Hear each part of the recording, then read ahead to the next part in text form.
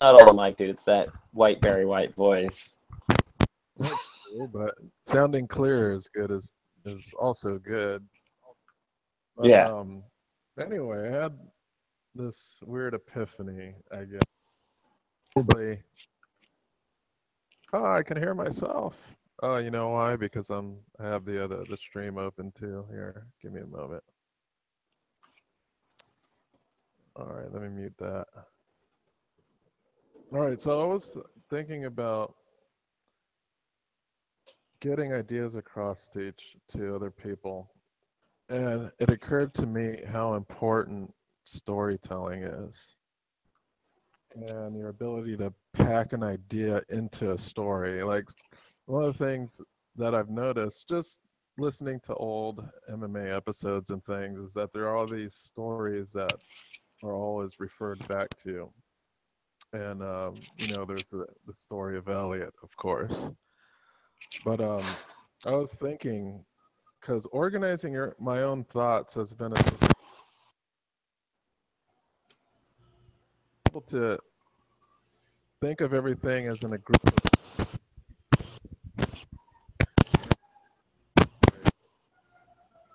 Hello.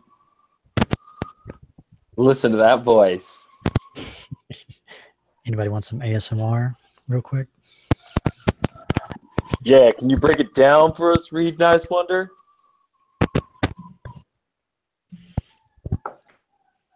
Meanwhile, Dustin is recreating the audio effects from Halo quite authentically, I think. Yeah, I'm going to switch up this headset. I'll be a minute. Sure. Oh, it's okay. Reed, how are you doing? Great. Just trying to make a thumbnail for that Belt System podcast video. Ooh. But there's a lot of people in that video, and there's not much space there are. in the thumbnail. So trying to find good frames of people smiling to put in the thumbnail. That sounds promising. Yeah. Pick whoever you think is the most photogenic, and the rest of us won't be offended. Okay. What else is new? What else? Nothing much. Just been trying to work a little bit on other videos. Just haven't had too much time. Yeah, what have you been working on?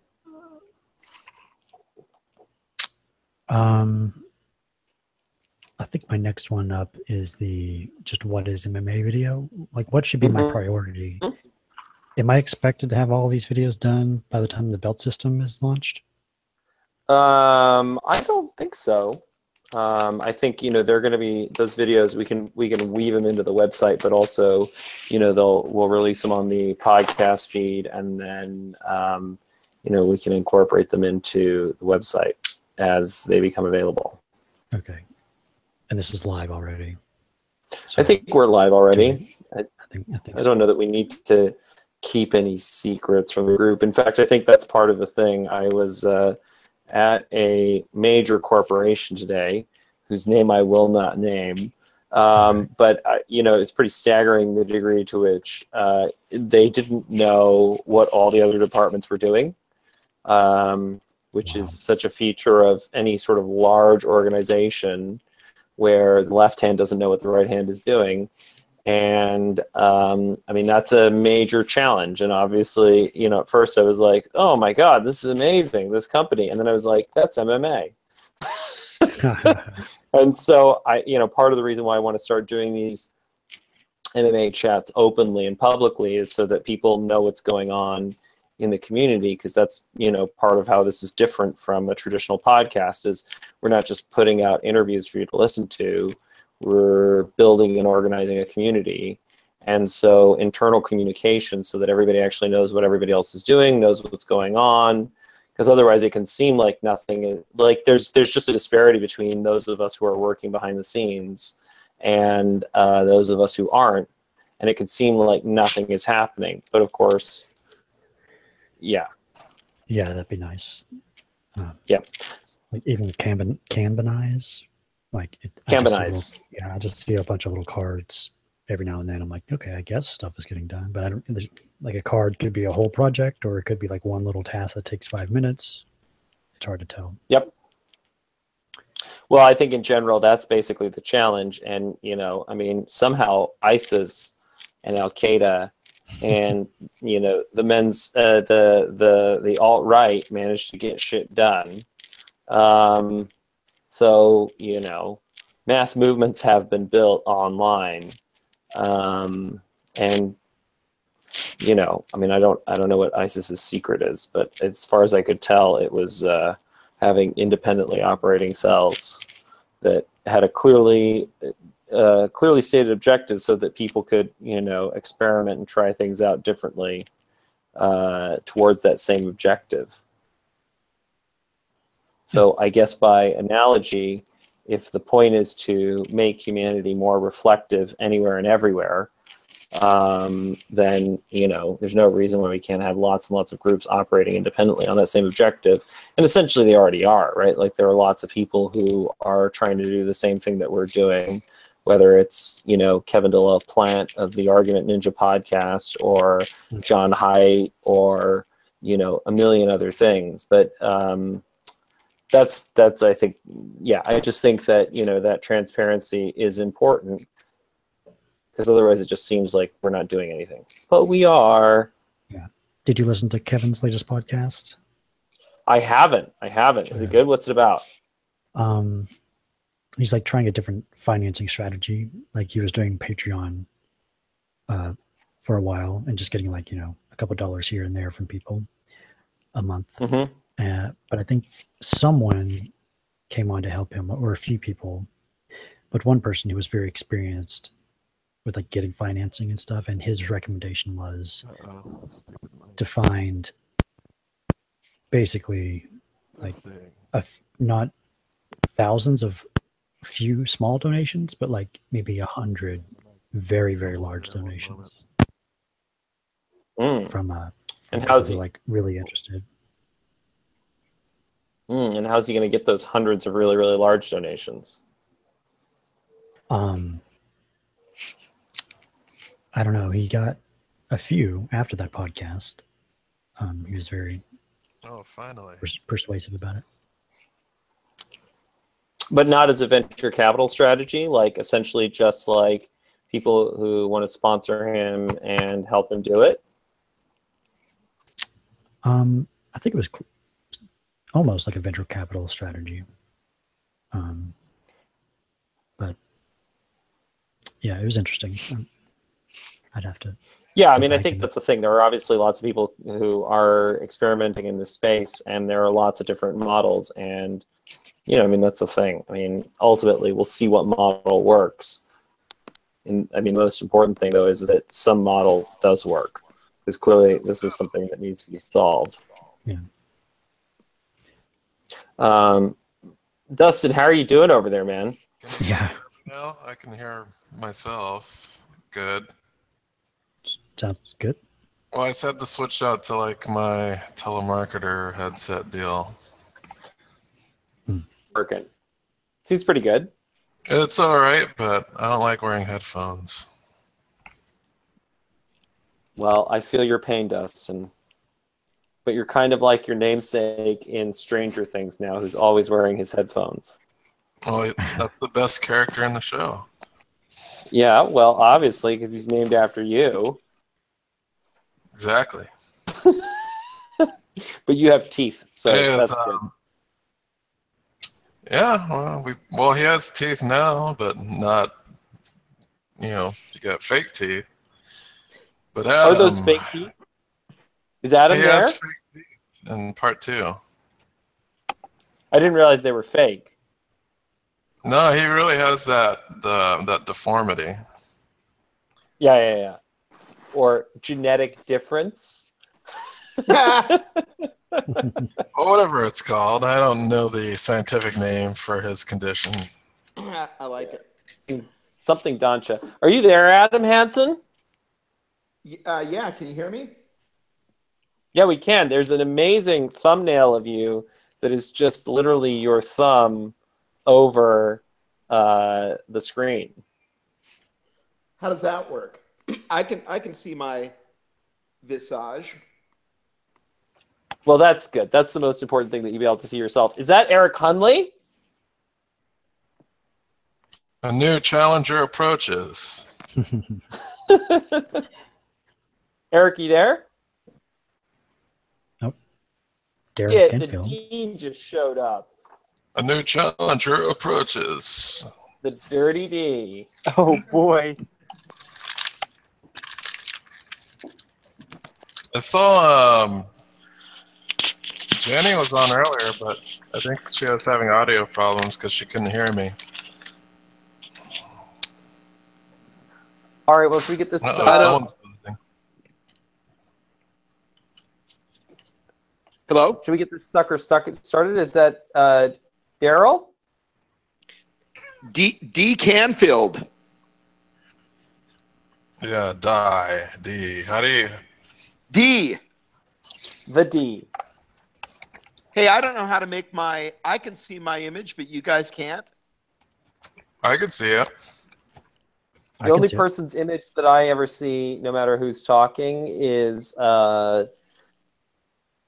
Cryptic Mixed Metal Arts logo. Really? I see all the... Let me check the control room, because it's... Whenever someone speaks, their image pops up for me.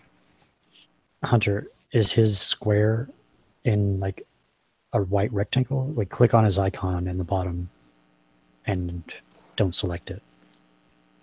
And you should see other people. Oh, that's it. Okay. Reed Nice Funder fixed it. Good work, Reed. Sure. All right, looks like we have Eric and D, but might be having some microphone issues, maybe. Let me Yeah, check they the seem to be chat muted. room. Muted. I didn't mute them, but I let me muted check the myself. chat I'm room. not jumping in. There's Eric. Izzy A demands payment from Reed. What? Why? I don't know. He just says, "I demand payment, Reed. You stole my line." I'm not sure which line that was, but.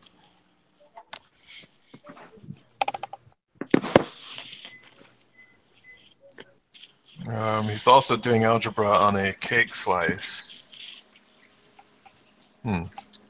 Interesting. How you doing, sweetie? That's got stuff in it. Oh, you did? Okay.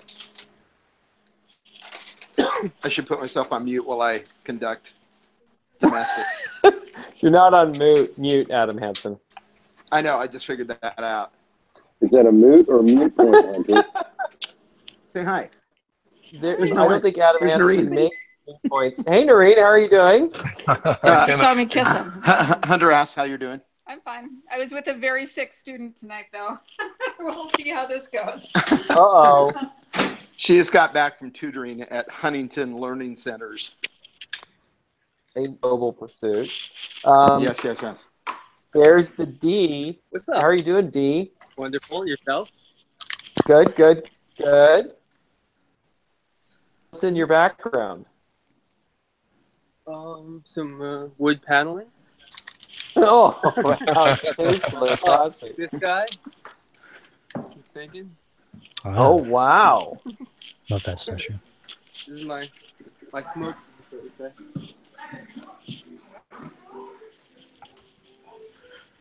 Eric, are you there? This is Ryan.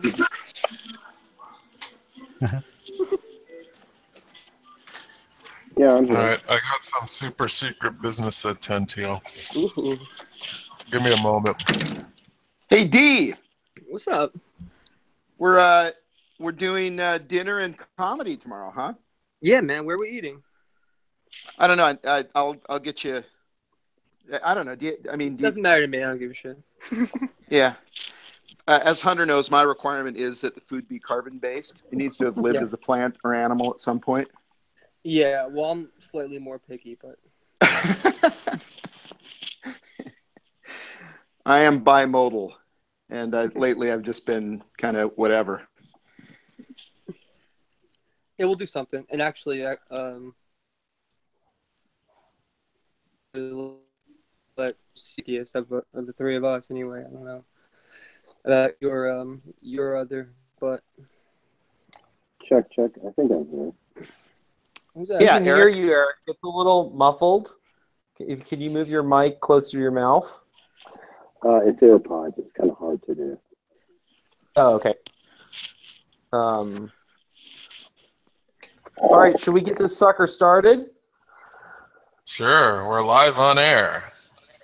Thank God. I can only imagine with what bated breath humanity has been waiting for this group of mixed metal artists to come together to talk about ed and tech. Bated breath. So Yeah. it's just, I mean, the eyes of the world are watching us. Yeah, I will start it off. And I think that, I think there are a couple of things that I'd like to float out people's way. One is that what I've noticed about sort of ed tech, firstly, is that it builds on the same bad assumptions about human learning and human intelligence of the industrial age and just tries to bring technology to do what was already failing. So you see a lot of, ed-based flashcards or, tech-based flashcards or whatever it is. Yep. Or you see the Khan Academy, where you have essentially a super boring lecture that is being done. Now it's online, it's available to everyone.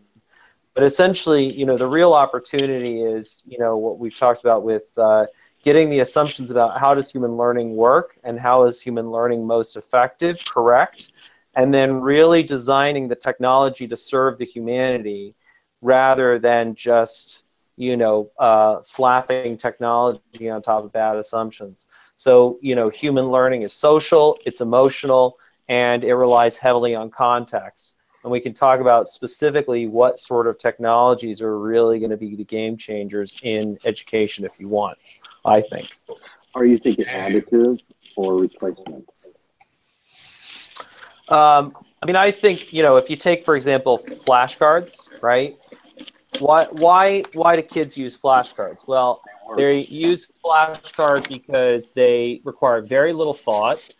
You can just write out a bunch of flashcards and you can do them. The other thing is that it seems that a lot of it is based on this experiment that Hermann Ebbinghaus did about 100 years ago, where he tried to test human memory. And so what he did was he knew that emotion and context made things sticky. So he wanted one variable that he was controlling. So he made flashcards of nonsense words, and then he repeated them in the most boring voice possible so that you would strip out meaning and you would strip out emotion, control for spaced repetition. What happened was that people took that experimental design and were like, oh, spaced repetition, that's how humans learn things. And they don't realize that what Ebbinghaus had controlled out were the much, much more powerful memory techniques of emotion and meaning. And so, essentially, it's very hard for an individual teacher to, an individual teacher is not smart enough to track what an individual student knows. Like, I can't track all the things that Reed Nicewinder knows. I don't know where Reed grew up. I don't know what Reed was exposed to. The possibility is that you have a computer system that has the ability to track what each student knows and then provide customized context to that student that allows them to have the experience of everything falling into place. Hunter, But that's yeah. I just want to point something out because I know it's easy to bash the memorization angle of it, but I've done a lot of tech learning for computer certifications and things like that. Now, in that, I have to take certification exams for Cisco Learning, Novell, Microsoft, things of that sort. And there are exams in there, like Transcenders, etc. And the purpose of those exams is they mimic the test that we have to take in order to understand the actual networking terminology, etc. Now, these tests are very valuable because I, as a habit, would read the entire book about the subject. I would practice on my own building networks and things like that to accomplish the subject. But then I would take the practice exams and, I just failed this area. I then could be targeted on this area I was weak, and then I would go right back to the book and right back to my network and say, why am I weak? So there is a place for some of this direct questioning and responses to find holes in your learning, especially in a technical manner. So I feel like we don't want to throw out the baby at the bathwater.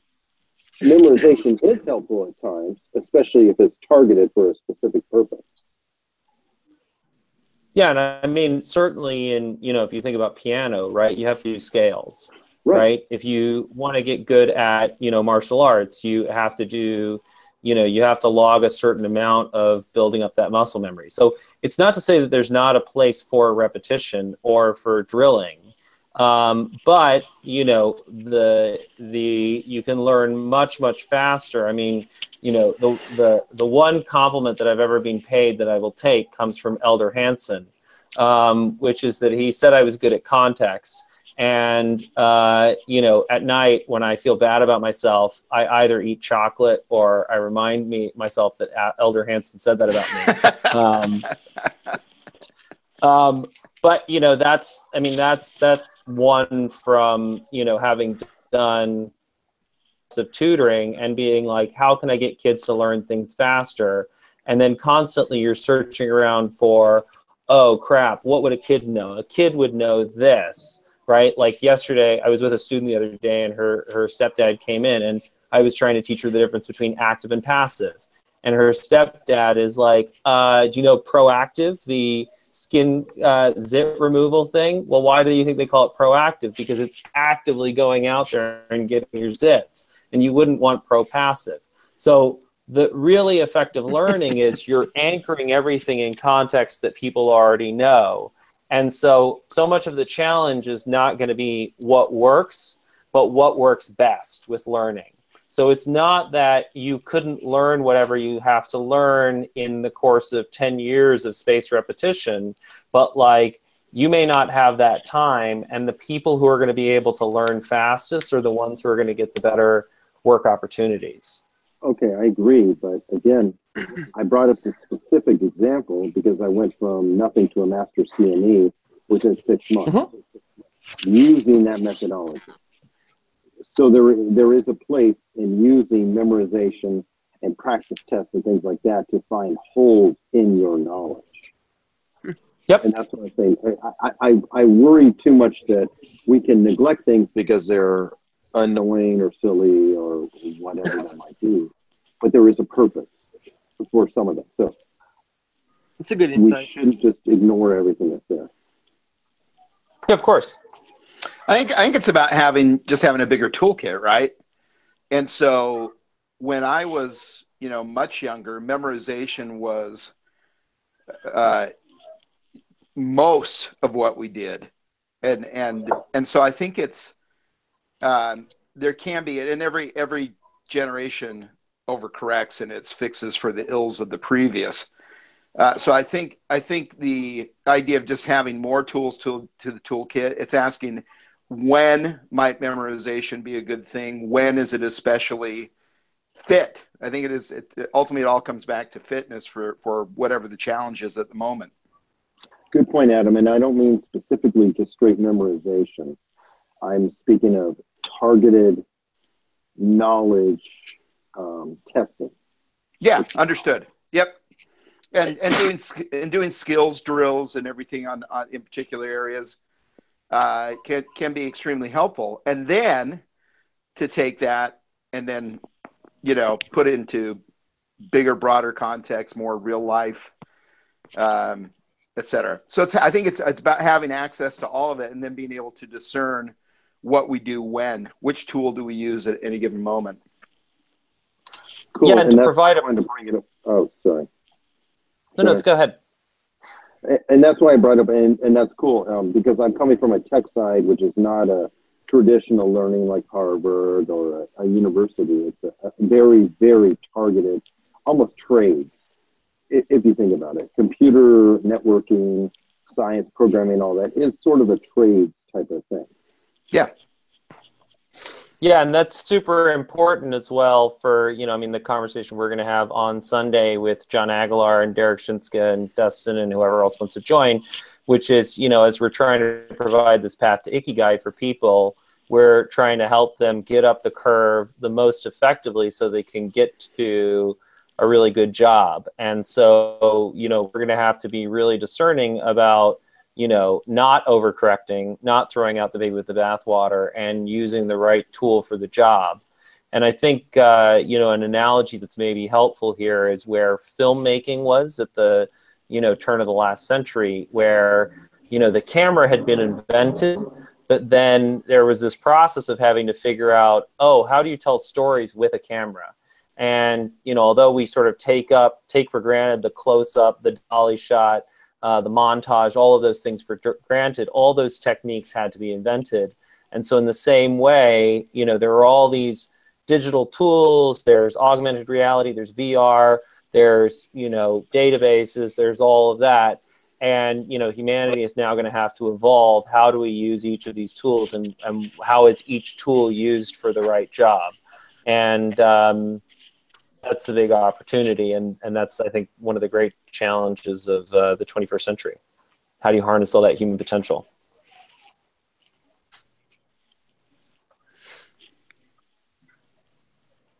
So can I jump And then in I have a about- question. Oh, go ahead, Daryl. No, because I think that it's interesting because you need a certain amount of testing, and I'm quick to jump and say, you shouldn't test at all and testing's stupid and this and that, but it is a good point that you do need a way to find your holes other than just outright failing when you're actually in the game. You know what I mean? Yeah. But the other thing was that I think the whole flashcard thing,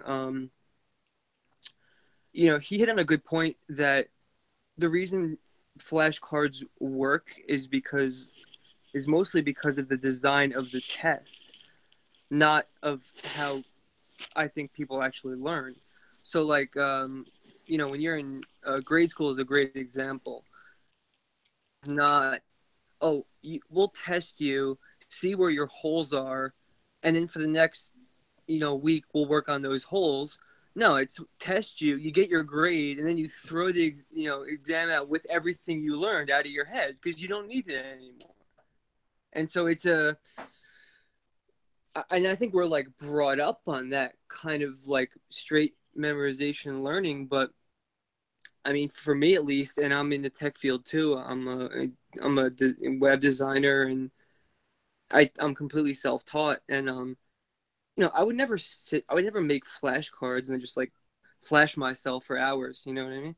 It's just not the natural way for me to learn. The natural way for me to learn is watch something being done, and then my brain just starts to pick it apart, find the things I don't understand, the things that I don't know, and then like work backwards and go down all those rabbit holes and figure them all out. And I don't know, it's just, maybe that's just me, and that's not, everybody, but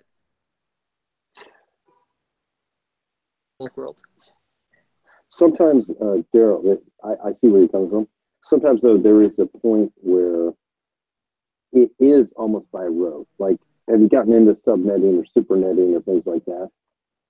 And those are just so terribly analytical and obnoxiously methodical. That's the best way to put it. Or sometimes you just have to have a brute force bludgeoning of your brain to get it. Well, I mean, understood, and I think that brute force bludgeoning is exactly what happens when you are in grade school and you're trying to, learn, because that's exactly how the test is. It's everything at once and then forget it. So but I'm not, I understand where you're coming from, and also you have a time frame where you have to learn this stuff in. So you can't just take your time and enjoy yourself. It's like you really have to cram, and for cramming, that might be the best way to do it. Can I throw a side-by-side example that will illustrate sort of what I think the key difference is here? So if you look at language instruction, there's a lot of people when they talk about language instruction will talk about how you really just have to drill and kill, right? Like you need, 5,000 words for fluency, and so therefore you need to drill all these words. Now, if you look, though, not everybody teaches languages that way. For example, Michelle Thomas, teaches language really based on contextual use, based on what you would say to solve different situations.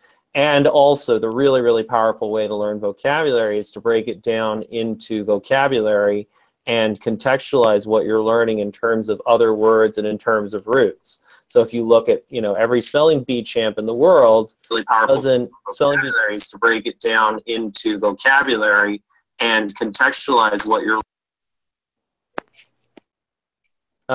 Anyway, Kate, yeah, I think you've got to not have the chat open and only have your Hangout open. Reed, is that the deal? Yeah, just preferably wear headphones and don't watch the chat as well, or the YouTube.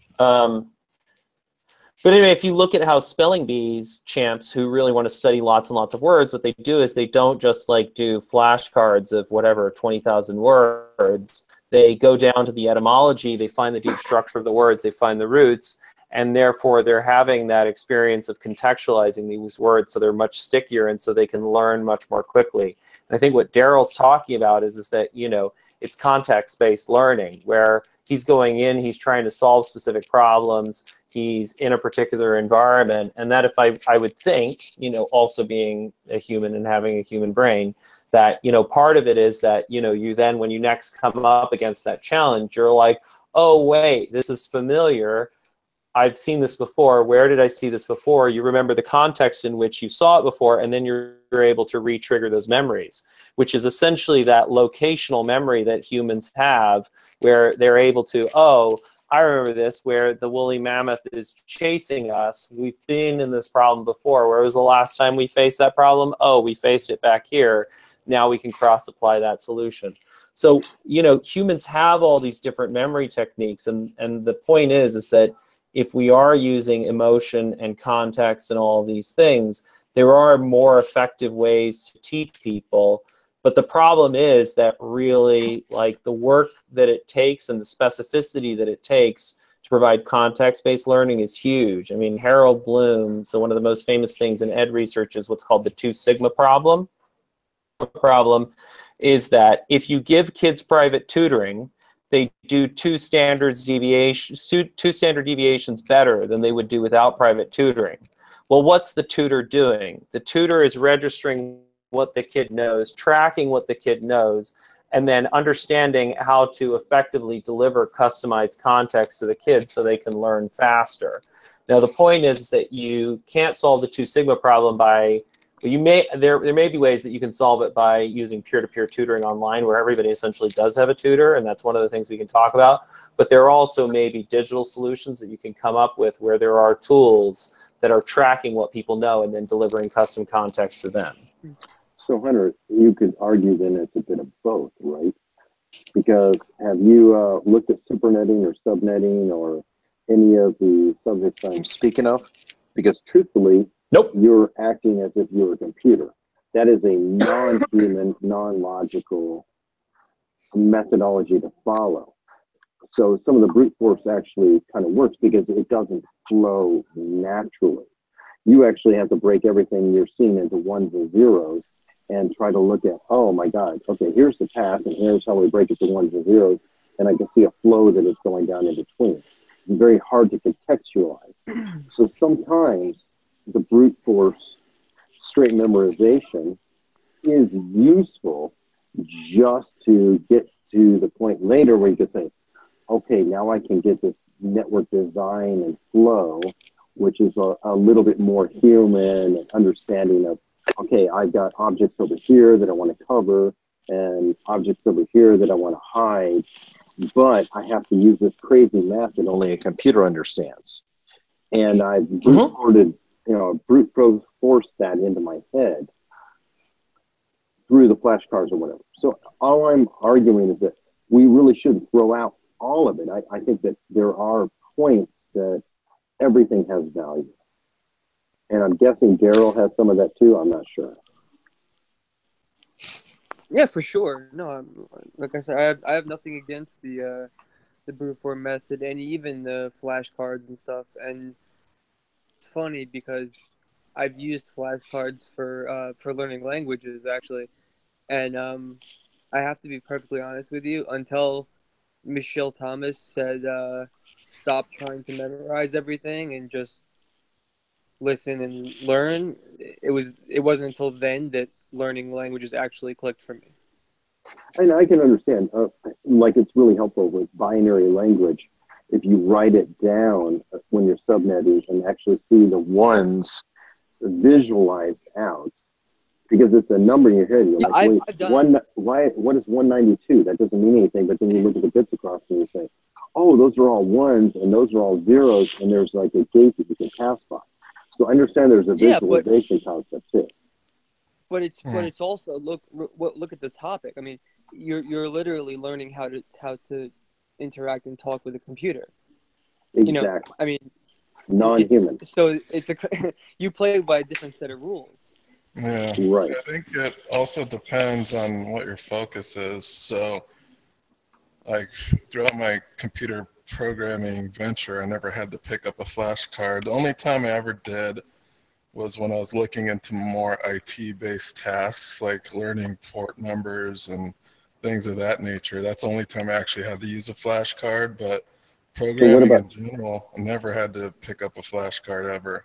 You do game programming, don't you? Yeah. Well, what about colors? What's 16-bit? Well, we don't have to learn that. It's all taken care of nowadays.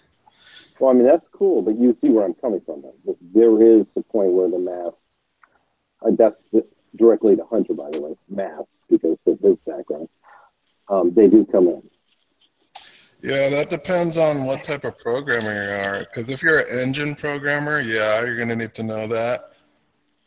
And most engine programmers are like ridiculous nerds, and there's like only a few of them in the world.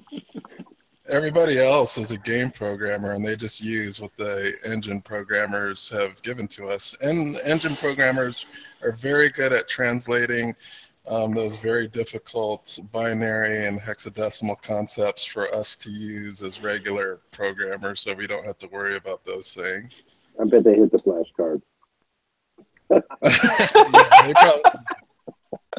But like technology is progressing in such a way that things are getting easier and easier. So like having to learn hexadecimal is not something I ever have to do ever. Like I would have probably 20 years ago, but now the process is so streamlined that that's not something I ever have to worry about. Right. The same thing is. I think there's. I'm sorry. Go ahead. Well, what I was going to say is I think what's interesting to note just at this point in the conversation already is that there is no one-stop solution for learning anything.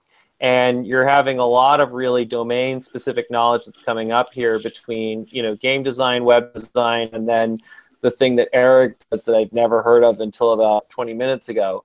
I think that's really, a lot of what humans do well is being able to, sort of parse out, okay, what does this person need? Where are they? What do they need to learn? And what support do they need? And what resources they need? And I think that, something that Elder Hansen and I have talked about is that very much the relationship between AI and humanity is going to be the same relationship as between automaticity and attention in a single brain, where, as AI takes over more of these functions and more of these things become automated, the more our attention is freed up to do the sort of conceptual work that we're doing here, where we're figuring out how to better structure these things and, how to better target these things so that each of these things can be done more effectively. Well, the funny thing is, Hunter, is that AI is already here. Like, if we don't know something, we just ask Siri about it. Mm-hmm. By the way, Hunter, the part that I was talking about that you just heard of here is the whole basis of the infrastructure that's allowing this conversation. Yeah. Oh. Thanks, Eric. Hey, I have a really naive. Oh, go ahead, D. No, just real quick. I was just gonna say that the same thing is just happening. I feel like across all programming is whereas it's being simplified to the point where the computer's just going, give me your human inputs and I'll do the rest. Yeah. Put it that way, right? Because you don't need to do any of the other stuff. That was all. I agree, Nye. And the problem is, though, I do feel like I was in the military and I had to do this crazy thing like orienteering is what we called it. And we took this weird paper object that had lines all over it that they called a map. In my hand, I had this thing called a compass. And I had to actually walk and count my steps and determine that my steps 10 was equal to X amount of yards. And then I took a string on the map and I took the compass and I measured out that going from point A to point B was X amount of yards. And I took the compass and I walked and I counted my steps to get there. Well, now I'll just pull out my GPS and I'll get there. But we still kind of have to look back and say there is still a map and there still is a point, and we have to get to A and B. And I don't want those to skills, lose that knowledge. Those skills are going to serve you really well right after the apocalypse too. So you got that going for you. Actually, like if I could tell you guys, I do work for Amazon, and a lot of the times I'm having conversations with drivers, and they have GPSs and everything, and I have access to like wherever a driver is. I could look them up on the map, and if I told them, okay, you just need to go south like 2 blocks, and they wouldn't know what south is. Oh, yeah, that's horrible. But that's where we are, so there's got to be a happy medium. Yeah. Hey, I have a really naive question. That's what I can bring to this party. How much work has been done just in understanding better each individual's like preferred learning style? I mean, I know the work on visual, auditory, and kinesthetic learning, and how supposedly we each have a preference, or like a combo preference or whatever. But what I'm struck by here is that how a doctor diagnoses. It's not just malady X, but it's malady X within the context of patient Y, and having the full workup of where that patient is and has been and what that patient's medical history is. When I talk to a client about a potential project, it's not just getting their, kind of top level assessment of what they want to do, but I need to understand their situation much better, what's true about the context in which they're operating and everything, because what I'm going to recommend for them, given this particular need that's pretty well known broadly, but given the particulars of the culture or given the experience of the person I'm speaking to or whatever, I'm going to take a very different approach to it. So it's all, differential diagnosis is the medical term, right?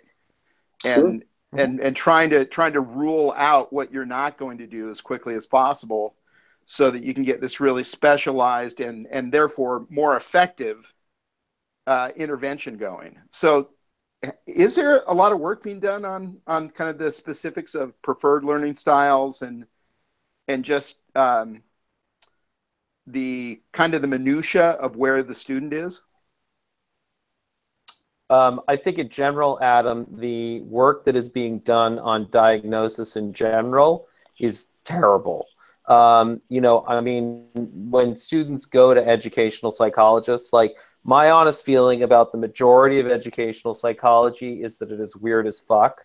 And now, weird in the Western educated, industrialized, rich and democratic, in the sense that specifically they are so atomistic that they never look at the context of the student's life, and it's all fundamental attribution error all the time, and everything gets turned into some sort of essentialized diagnosis.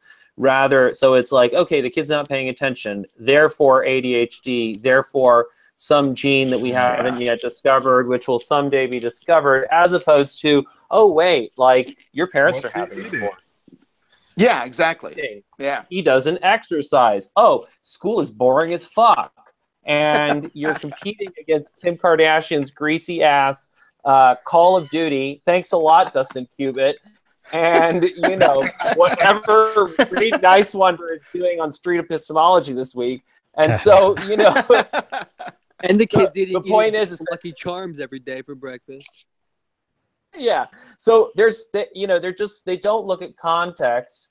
And, you know, I mean, part of that, to be totally fair, is that context is fucking complicated, right? And like, I have the luxury of working with students one-on-one and getting to know them and the family in their homes over an extended period of time. So I get to learn all that context. If you're an educational psychologist and some kid wanders in, you've got like a couple of hours to give them some, you know, questionnaire test, and it's got to be quantifiable. And so you're only as good as your data, and it becomes very hard to figure out what's going on. So I think that in general, the real work and the real opportunity in revolutionizing education, and the National Academy of Sciences, How People Learn, will back me up on this, woot woot, called metacognition, or thinking about thinking. And specifically, it's about making essentially teachers and parents better at educational diagnosis, and then ultimately inculcating student awareness and the schema and the mental constructs to be able to diagnose their own learning so they can more effectively manage their own learning. Well, and so what's great about that is, you know, to you know, tax the metaphor beyond its tensile strength. If you don't do, in, you know, medicine, if you even if you nail what the malady is, but you don't understand fully the patient's where the patient's starting and everything, a given treatment just based on the malady itself can actually make the patient, you know, more ill and really bring about a host of complications. So I don't know how far we, again, tax this metaphor, but it seems like some of that could be going on, where students now are coming into those situations trying to get, you know, some sort of helpful intervention, but because the diagnosis is so blunt and so low res, you're putting them on a path to actually getting sicker. You're not overtaxing the metaphor. It's the perfect metaphor for understanding education. Like, you know, I think that so much of, you know, I mean, so much of the reason why, you know, Katie and I have had a productive working relationship is because Katie O'Brien is fucking amazing. The small part that I was the fact that I came from a long line of very blunt Dutch doctors. And, you know, I think I've mentioned this on the podcast before, but my grandfather always said that after hundreds of years of medicine, they'd come to two conclusions. One, leave it alone. In general, if you don't know what you're doing, like, the body's going to be better at fixing it than you are. Yeah. And two is for diagnosis. That's really the hard thing. And, you know, if you look at House MD, his whole thing is, what's he better at? He's the one who can take that mess of symptoms and, you know, identify the real root cause so that you can figure out the problem and then come up with a solution. And I think the place where the metaphor breaks down, who has the information power? And in medicine, the doctor does, because the doctor can run blood tests and do MRIs and all of that stuff. In education, it's the student, because only the student knows what is happening in their own head. Only they know what they're thinking, what they're feeling. And so you have to get them so comfortable and with spilling the beans on the fact that I actually think school is fucking boring and a waste of time. And I feel dumb as shit. And I'm really scared that I'm going to fail. And all you guys are talking all the time about how if I don't go to college that I'm going to be poor and homeless. And I really believe that. And so I'm just so fucking terrified of failing this math test that I can't think about shit. Yeah. Unless you get the student to open up about that, you can't fix shit because you have no data. Could it be said that the problem may lie in snobbery? There's a lot of snobbery, for sure. Expand on that. I feel like we are focused on now the education system I went through in the 80s, and yes, I'm aging myself, was that you can't go to auto shop because that's for scummy, stupid people. You can't do any kind of trade, for that's for dummies. And I look at a lot of the work that Mike Rowe is doing and things like that. There are different kinds of education. And I brought up earlier that I think that a lot of the computer science stuff is actually a trade type of education. Well, a lot of what you were speaking of is coming from what I would call the traditional or highbrow educational field. Could it be that apprenticeship and other, I'm not going to say non-traditional because they've been around forever, education systems actually make sense? And we've been caught up in a situation of snobbery that we are above things like apprenticing people into different fields or trades and things like that. And by the way, that included lawyers at one time. I believe Thomas Jefferson was an apprentice lawyer at one time. So I feel like elitism and snobbery may be causing a lot of the problems. Well, in particular, because if you have elitism and snobbery, then what you end up with is that smartness becomes associated with specialness. And therefore, if you don't know something or if you're failing, then you're not special. And therefore, that becomes a thing that is hidden. And so you don't have that transparency. Whereas the culture that you often find in the trades and the culture of apprenticeship is like, hey, this thing isn't so complicated. It works like this. Come over here. I'll show you how it's done. And then you'll be able to do it on your own. So I think, yes, it's a ridiculous thing, but you know, this is how teenagers think, right? They think that there's some sort of special internal thing that some people have and some people don't. And, you know, what are they really measuring? They're really measuring, you know, how sesquipedalian your words are. What? Yeah, so sesquipedalian is my favorite word, maybe of all time, because sesquipedalian means something that is unnecessarily long. Word that perfectly describes what it is. And so sesqui. So if you were, it's almost like conceptual onomatopoeia or something. Yeah, yeah. But so sesqui, if you spend any time in California around, you know, I think this has probably been like 5-10 years ago, all the license plates said sesquicentennial, and that was because it was the 150-year anniversary of California. So that's what sesqui means, is 1.5, and then ped is foot. So sesquipedalian is like 1.5 feet long or something like that. It's pretty fucking awesome. But I think absolutely, like Eric, it is like that's what kids are tracking. And listen, the culture of education is the problem. That is really what it is. And you know, if you you know, everybody sort of focuses on legislative changes and resource changes, and you know, I think that those things need to happen. But the first thing that needs to happen, and you know, what we can use the internet to do and what we can do as part of mixed mental arts, is to change the cultural intuitions and change the value.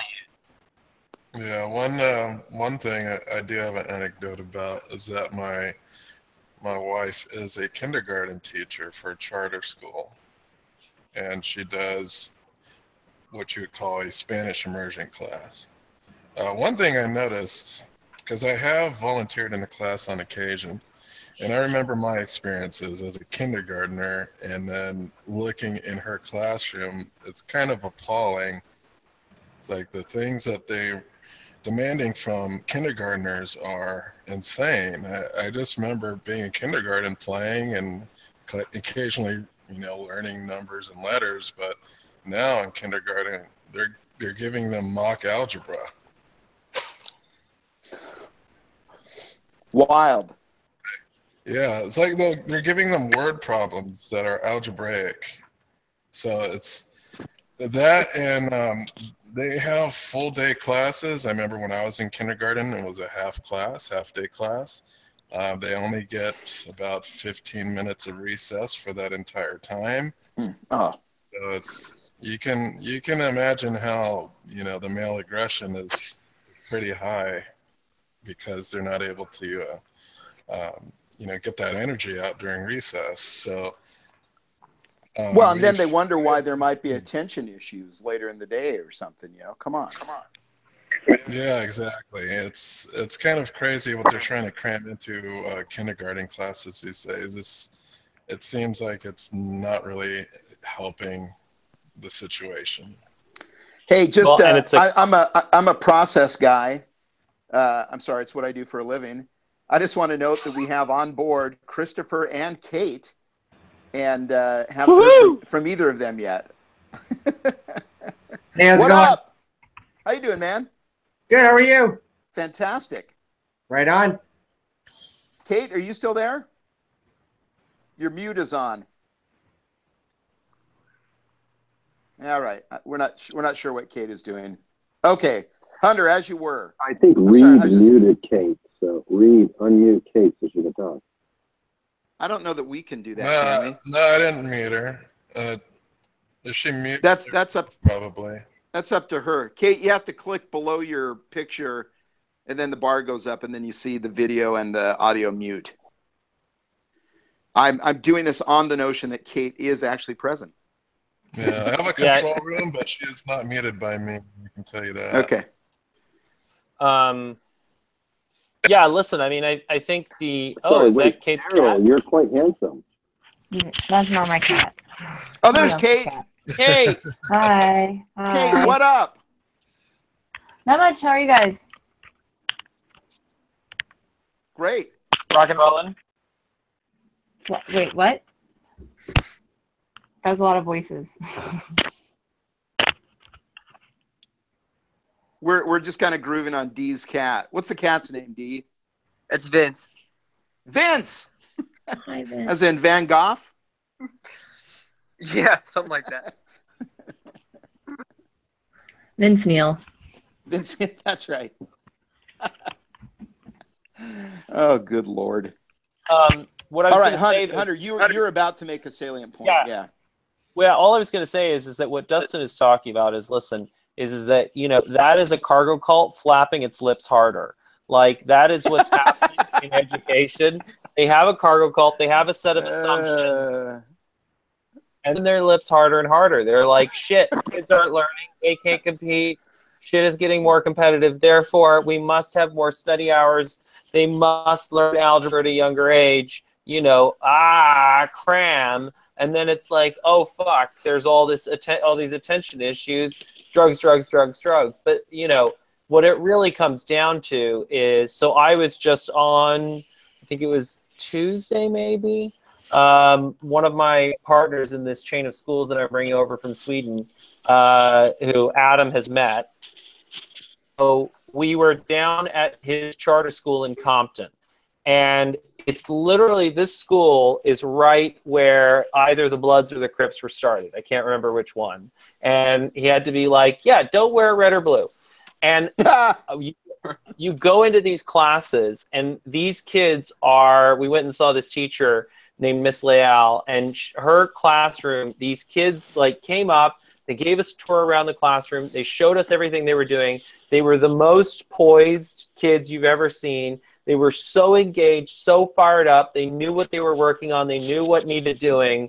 And it wasn't because they were drilling the kids harder.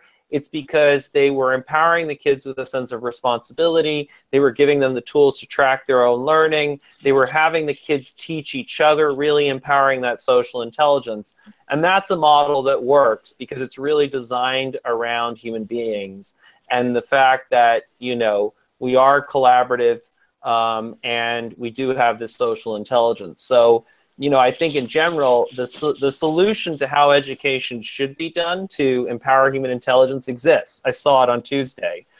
And the big thing is that, you know, what you're going to find is that, you know, and my dad sent me a bunch of stuff from the Middle East, you know, the majority of the world is just taking what kind of worked for the industrial age, which is that you're going to like drill in these skills, reading, writing, and arithmetic, and is trying to do it harder and harder and harder. And, you know, everything needs a fundamental reboot based on, and we don't want to throw the baby out with the bathwater, to be clear, but like we really, you know, there's a lot of slow thinking that is required to develop an educational system that really serves the 21st century. And part of that is the fact that fashion with like, we're going to go get a liberal arts education doesn't necessarily make sense. Like, great, let's have everybody read, let's have everybody expose those ideas, but like, it may be that you pay your bill in the trades. Yeah, right on. I just want to that's point out that the colors of the Bloods and the Crips are now what we choose to delineate our political parties. So that's kind of fun. really fun. Hey, Hunter. Yeah. You know Mike Daisy? Matt Daisy? No. No, Mike Daisy?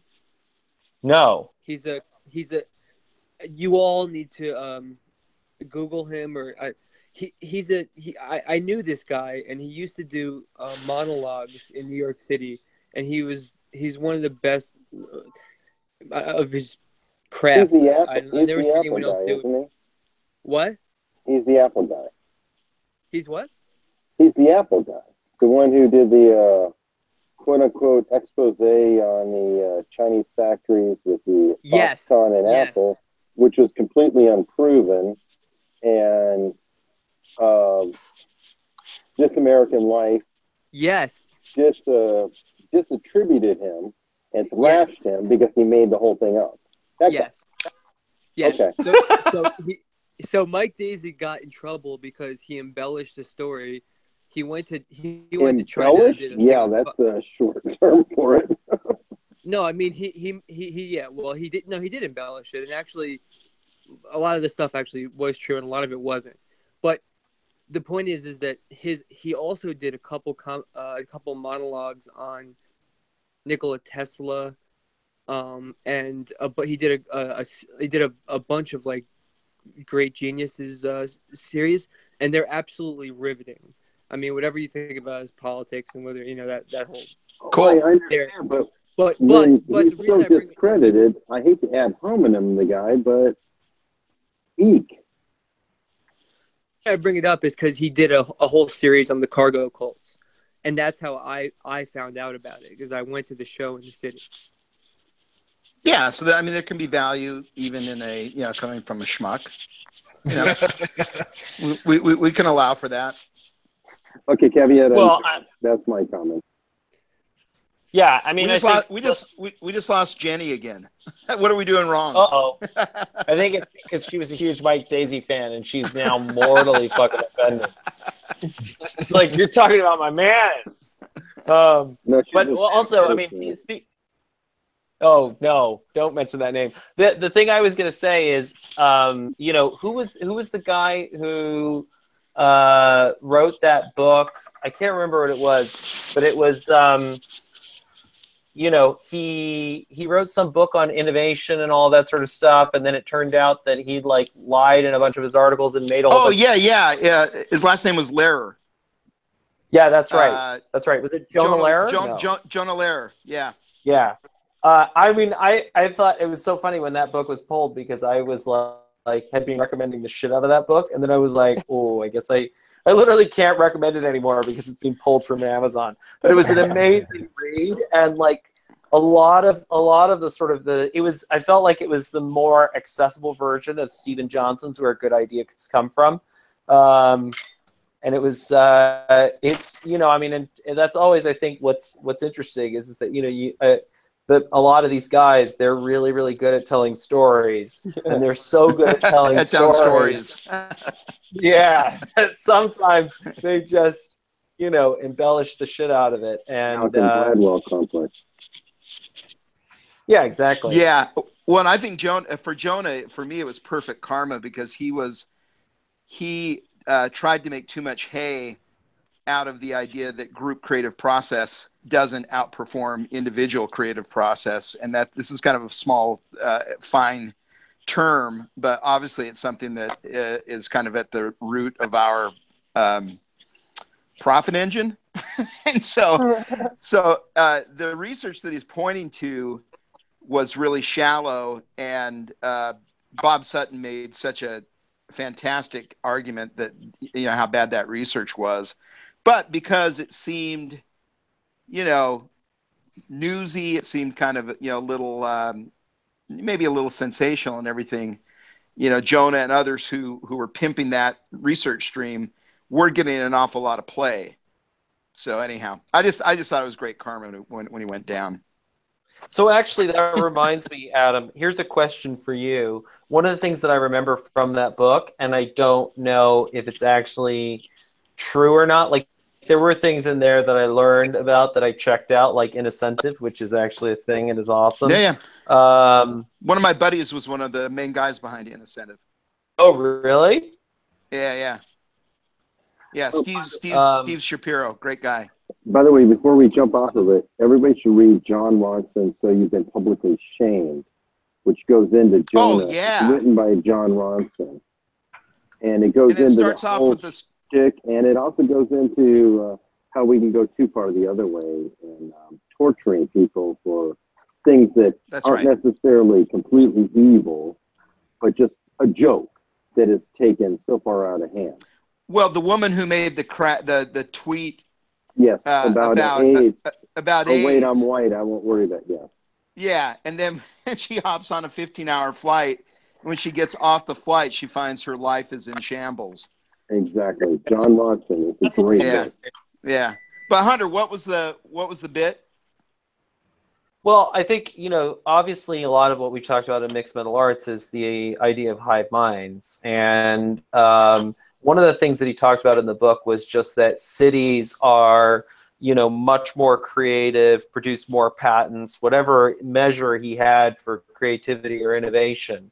Do you know anything about that? About Well, yeah, actually, Stephen Johnson talks about that also in Where Good Ideas Come From. And that there is some sort of actual scaling. There's a power law associated with it. And that when you, I don't remember the particulars, but I can dig that up and get it to you. But there is something about the concentration of different perspectives in a city that really does get a power law going with respect to creative output. And so the thing that was so galling about the argument that group creative process isn't helpful is that research was based on people who are totally naive to leading the charge in group creative process, running groups. And so, yeah, sure, if you have shitty facilitation, you shouldn't expect great results. But anyhow.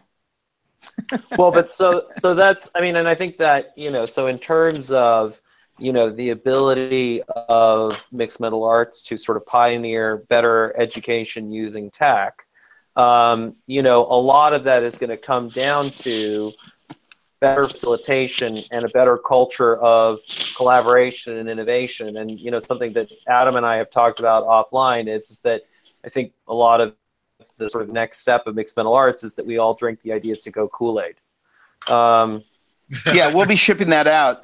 We have Jeroboam's of ITG Kool-Aid. Well, what flavor are we talking about here? Not Purplesaurus Rex. What do you wish the answer were? Rocket Red's the way to go. Yeah, we got it. Whatever works for you, man. We can get you. We believe in mass customization. Purplesaurus Rex or Sharkleberry Finn would be my votes. Sharkleberry Finn was actually pretty damn good. Yeah. Are we going to Otter Pops now, or what are we? That's what I remember. Oh, those are like 80s Kool-Aid flavor. Oh, okay. By the way, Adam Hansen, there are probably things that Ideas to Go worked with the Kool-Aid Corporation to pioneer in the 1980s. I can neither confirm nor deny. But yeah, I think that's the thing is that, obviously the belt system is coming out soon. But, a lot of what's happened in the Mixed Metal Arts Facebook group is that it's been a vacuum of, a lack of clarity. And for that, I bear total responsibility, combined with, my ongoing discovery of Twitter and amusement with antagonizing people over Twitter, which I never really use Twitter. Maybe I have too many Dutch uncle tendencies from Donald Trump or like Donald Trump. But anyway, the point is that, as the belt system is coming out, that'll give some clarity on what we're doing. And then I think the other point is that, you know, it really is time to stop ganging up on each other and start ganging up on the problems. And how can we creatively innovate solutions to the things that we're trying to do? I'm gonna a secret task for 15 minutes, but before I go, Liz, we have somebody in the chat room, Izzy A. If he says you have his email, Hunter, he's looking to get a link to join. Do you have the link that you could send to him? Did he send me an email? He's in the chat. He's looking for a link to get in. Can you text him the link, or should I? You can go ahead. I don't have his contact information. What's his name or her name? Or well, on the chat room, it's Izzy A. Oh, Izzy A. Yeah, I have his. I'll send it to him. All right, but I'm gonna do a secret task for 15 minutes. I'll be back. Sounds good. Can we speculate on what the secret task is? He's gonna go smoke a joint. Why is that secret? He's gonna go whip up some Sharkleberry Finn for himself. No, I'm going with poop. 15 minutes? Man, the cat needs a little more fiber in his diet. I'm glad that this is all preserved for posterity. But this is what makes mixed martial arts wonderful. Highbrow, lowbrow, man. Yeah, it's true. So with that, Kate bailed. All right. What else do we want to tackle here? Christopher, what do you have, man? Throw us something. Did any guys see the Peterson Jonathan Haidt video? Hey, I gotta jump in for a second. D, do you ever settle in one place for any period of time? No. D and I are both I think that we're the two peripatetics here. No, so Christopher, what was the Peter Senge and Jonathan Haidt? Is this a recent? The video that was released on his YouTube channel, on Peterson's channel. Oh, Jordan Peterson. Yeah. Ah, no, haven't seen that yet. Okay. I thought you were talking about Peter Senge, who's my man from MIT Center for Society of Organizational Learning. I've seen the first few minutes of it. I was surprised to find out that Peterson was teaching at Harvard and Jonathan Haidt applied at Harvard, and Peterson was one of the faculty who actually interviewed him. Haidt did not get the job. That was kind of a cool, interesting tidbit. Yeah. So was there any takeaway, Christopher? No. Well, it was good. I just wondered if any of you guys seen it. Yeah. Yeah. One of my buddies just got John Haidt for the launch of his podcast next month. It's called The Spiritual Brain. He's a PhD who actually did, Hunter, you'll love this. He actually did work on spiritual states, and but he actually did it his PhD wasn't a. We're not going to speak ill of anyone, but let's just say he has a very sturdy PhD. I think he did his work at Cornell. And so I think it got published in the kind of place where there's actual peer review and all that good stuff. So it's not a pay-to-publish journal. No, but we don't speak of these things anymore because we're on to the next phase. Criticized by creating. Criticized by creating. That's right. Speaking of that, when are we going to get Jonathan Haidt on MMA, Hunter? It's been a long time, and I think he's still in good favor with you. Yeah, well, I actually just emailed with him today. because Brian, the Emperor, was inviting Jonathan Haidt and his wife to come see Brian perform stand-up, but John and his out of town for Thanksgiving. So, you know, sadly they won't be able to. I actually, you know, I think what I want to do is, I think part of the next thing with academics, I have reached out to David Sloan Wilson about the Homo Socialis thing. And, you know, I mean, this is something I've talked about offline with people, but, you know, there's a whole group of us who are against Homo economicus. And now it's time to establish what we're for. And, you know, my proposal is Homo Socialis. But I think that, you know, a really sort of constructive way to create the controversy so we can teach the controversy is to push to reclassify humanity. So I think the next step is get David Sloan Wilson on and see if we can start to build some academic support for that. Has he been on the podcast already? Yeah. Yeah. David Sloan Wilson? Yeah. Yeah. That's a vintage Mixed Mental Arts episode. That's like a vintage because there was a big chunk of time between authors and academics and now. Other than that, yeah, no, in general, I mean, you know, the Mixed Mental Arts is, you know, me for a long time. Well, for a long time, it was me trying to figure things out in my own head. So, you know, I would, you know, like, obviously there was a stretch there where I was like, okay, let's talk to all these academics. And then it was like, oh, shit, you know, that's not working. Like, no one's ever going to read all these books. So then it was Mixed Mental Arts. And then there was a phase where we were doing that. And then it was like, okay. And so then it was figuring out the belt system. So it's all been very stop and start. But the reason why I think so much of it is stop and start is because, you know, I was running on old intuitions of trying to figure out things on your own. And that's idiotic. Like, that's not how human beings figure things out. And so luckily now we have a group of people that can gang up and hash out these issues. And then, you know, I mean, it's been great having a group that essentially is there to be like, you should get on KMO. And I'm like, who the fuck is KMO? You should listen to Daniele Bolelli's, you know, course on Taoism that I would never have known about. By the way, he's great. So I've been back and forth with him on MMA. He's actually participating in the group. Yep. Another side note, Owen Benjamin, have you gotten with him yet? I reached out to him. I haven't heard back from him, but, you know, obviously if you guys ping him, I think that's quite effective if a group of people are saying, hey, you guys should talk. How about Ruben and Demore?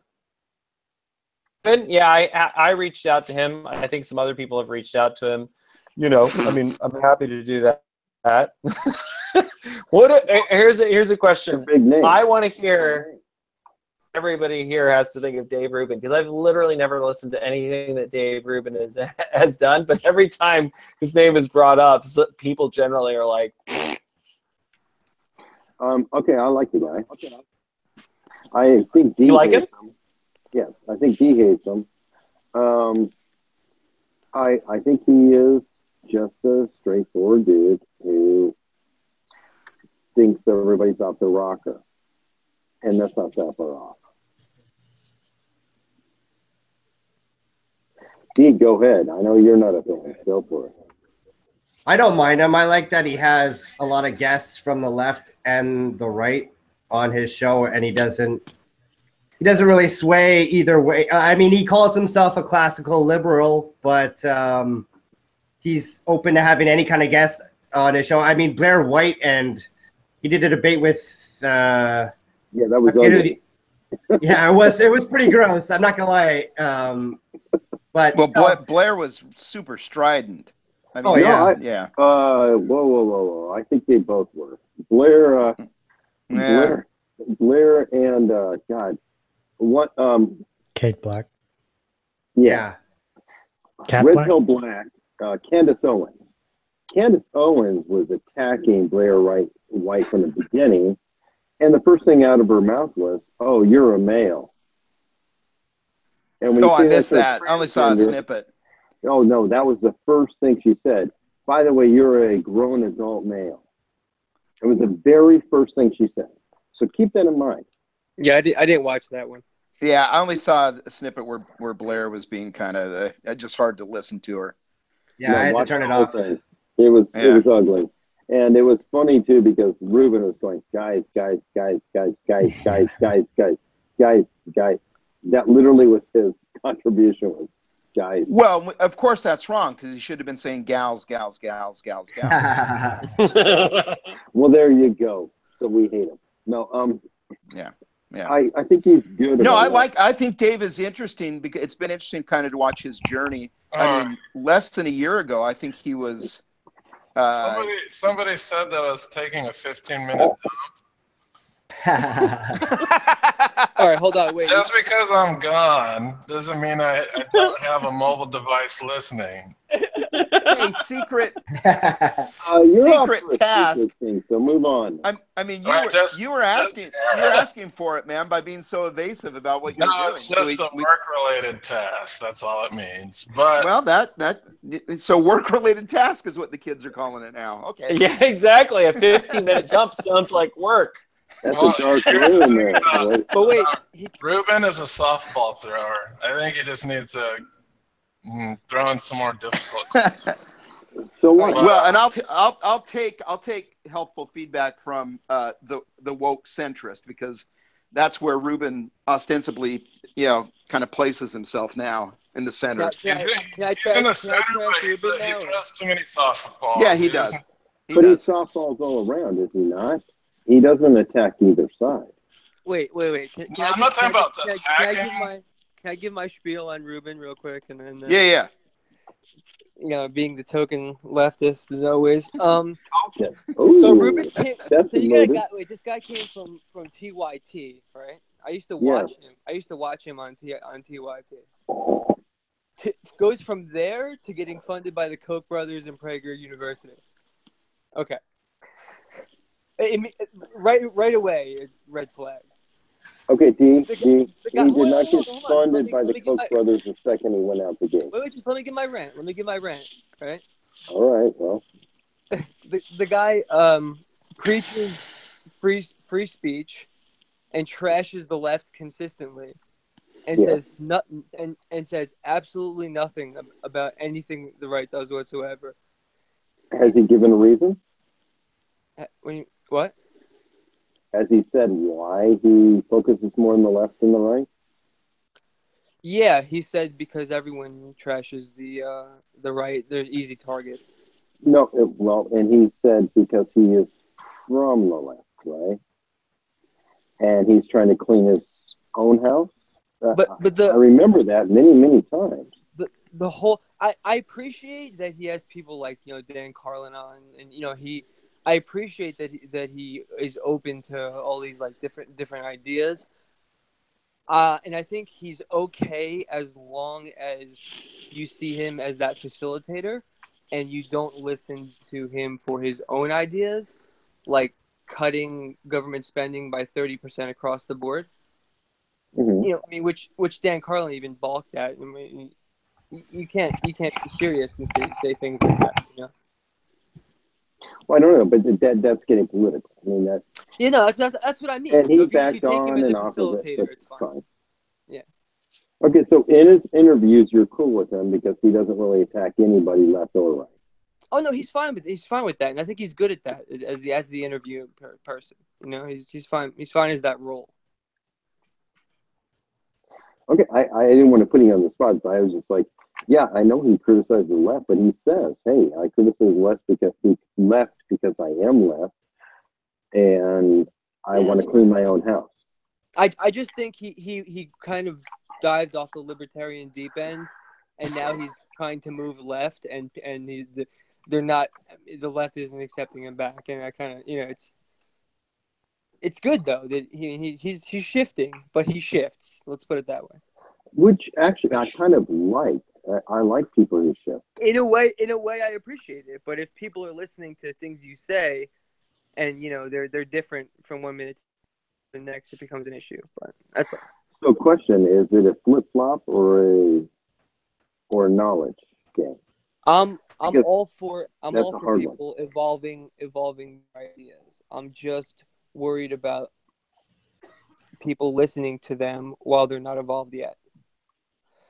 Well, I think that actually brings, I think that's a really relevant point, because obviously that's been much of my concern with the whole fun with fundamentalism thing. And I think part of the reason why we have to now move to criticizing by creating is because, it's you really need the wisdom to tell the difference, and you need those mental tools to be able to tell shit from Shinola.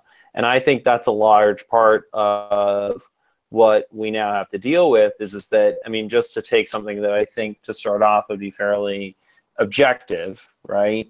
And that nobody's going to take a particular part as an issue with, like statistics. You need a certain amount of statistical knowledge, or at least a way of thinking about statistics, to be able to think critically about statistics, so that you're able to check the validity of that statistic. What is it based on? How good is that data? And majority of people have not gotten that statistical knowledge in school. They're now out of school, they're out in the workforce. And something that we can do that I think is nonpartisan is start to give people those tools. And I think the most basic one is just understanding that a statistic is a map of reality, not reality itself. So I think that, that's part of what the work of mixed mental arts can be from here on out. Are you saying I got to pull my compass out again for thunder? That's the exact idea.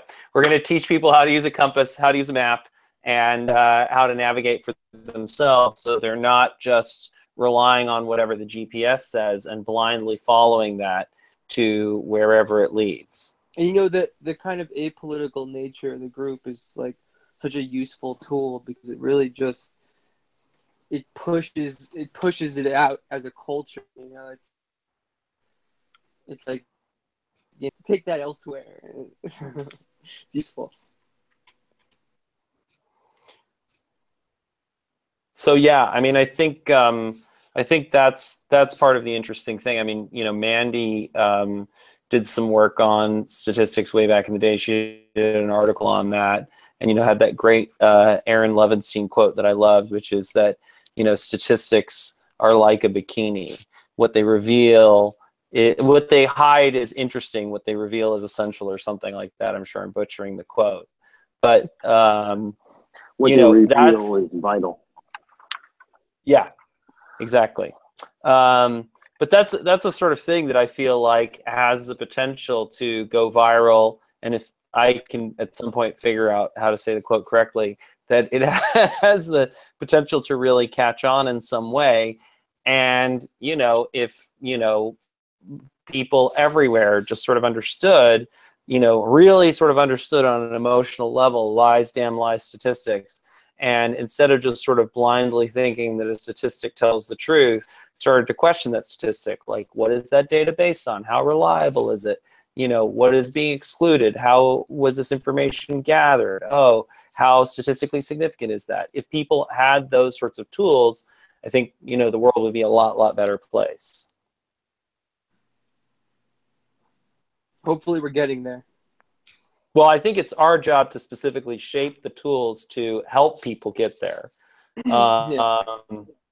And I think that's going to be the real work. Already with the mixed mental arts belt system, that was really the point. We went away, we read all these books, and then we honed and whittled down sort of the key mental tools that were most useful to us, to then make them easy for sharing and democratizing. And I think that, if you think about it, right, like what makes the difference in an individual's life? It's the quality of the decisions that they make. What is the sum total of the world? Well, it's the sum total of the decisions that all humans make. And so the more we can help people make better decisions and become better at separating shit from Shinola for themselves, the better off the world will be, even if it's not as glamorous as like getting upset about, Starbucks Christmas cups, or 70 gender pronouns, or whatever shit is happening in the news. Like, I think that democratizing those tools has has much more of a chance of actually moving humanity forward. What do people think of that? Well, I think a lot of the things you just brought up are first world problems, so it's kind of a joke. We worry about pronouns and we worry about Starbucks cups because food is cheap and life isn't all that bad here in the United States for anyone else who's qualified. Yep. I'd agree with that. I mean, when you live in the world's greatest gated community, you can worry about what's on your Christmas cups or, 70 gender pronouns. Like if you're living in Libya, you've got to worry about, what is this? Yeah, is your uncle dead?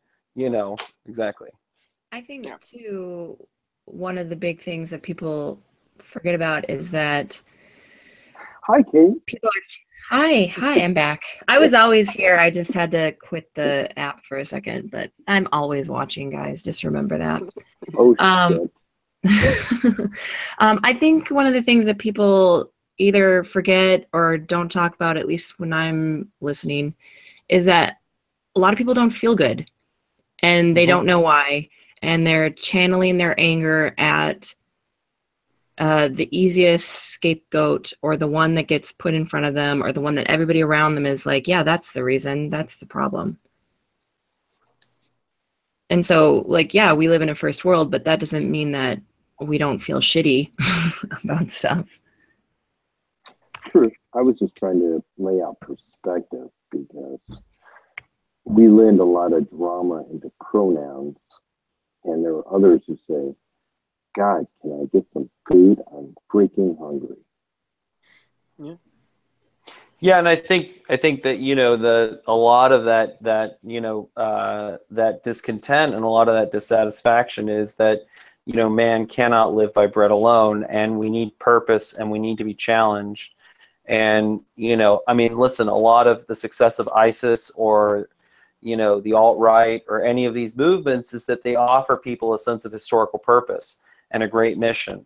And that's something that, psychologically, a lot of humans want.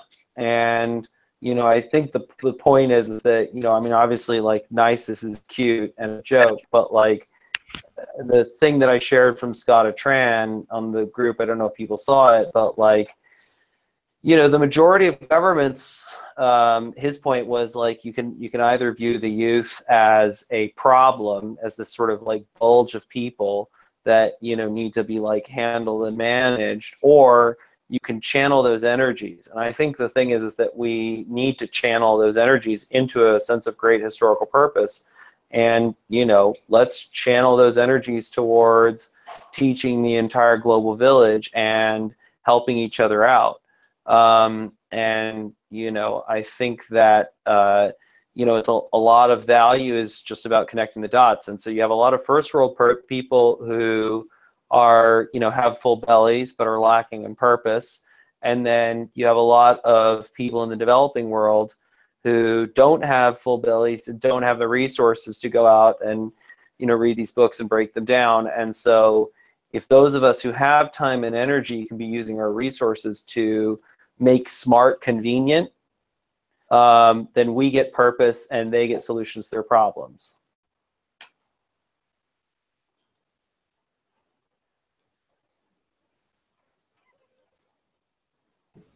Right on. Makes smart convenient is good.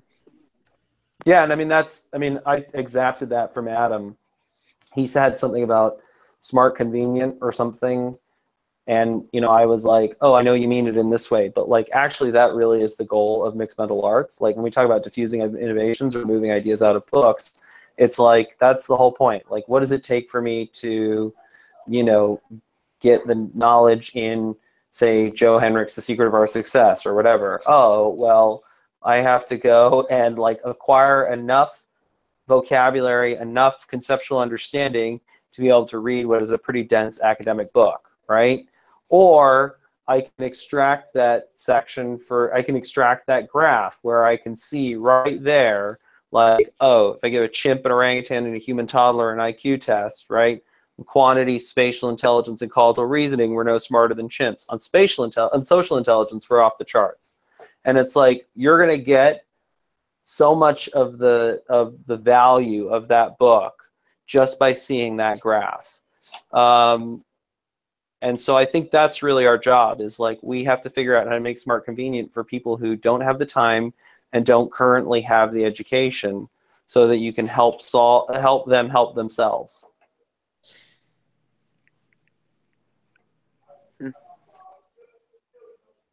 Yeah, that's the goal. Yep. And here's that graph. Guys, I think me and Vince are gonna sign off. Well, Vince has done really strong work tonight. I appreciate it. Yes, Vince is the most handsome member of this group. That's for sure. Don't tell Brian that. All right, thanks, Daryl. Thanks, Vince.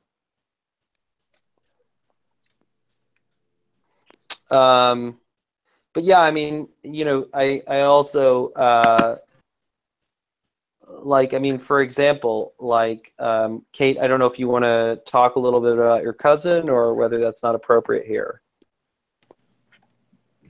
No, I'm happy to, and it sounds like he is happy to as well.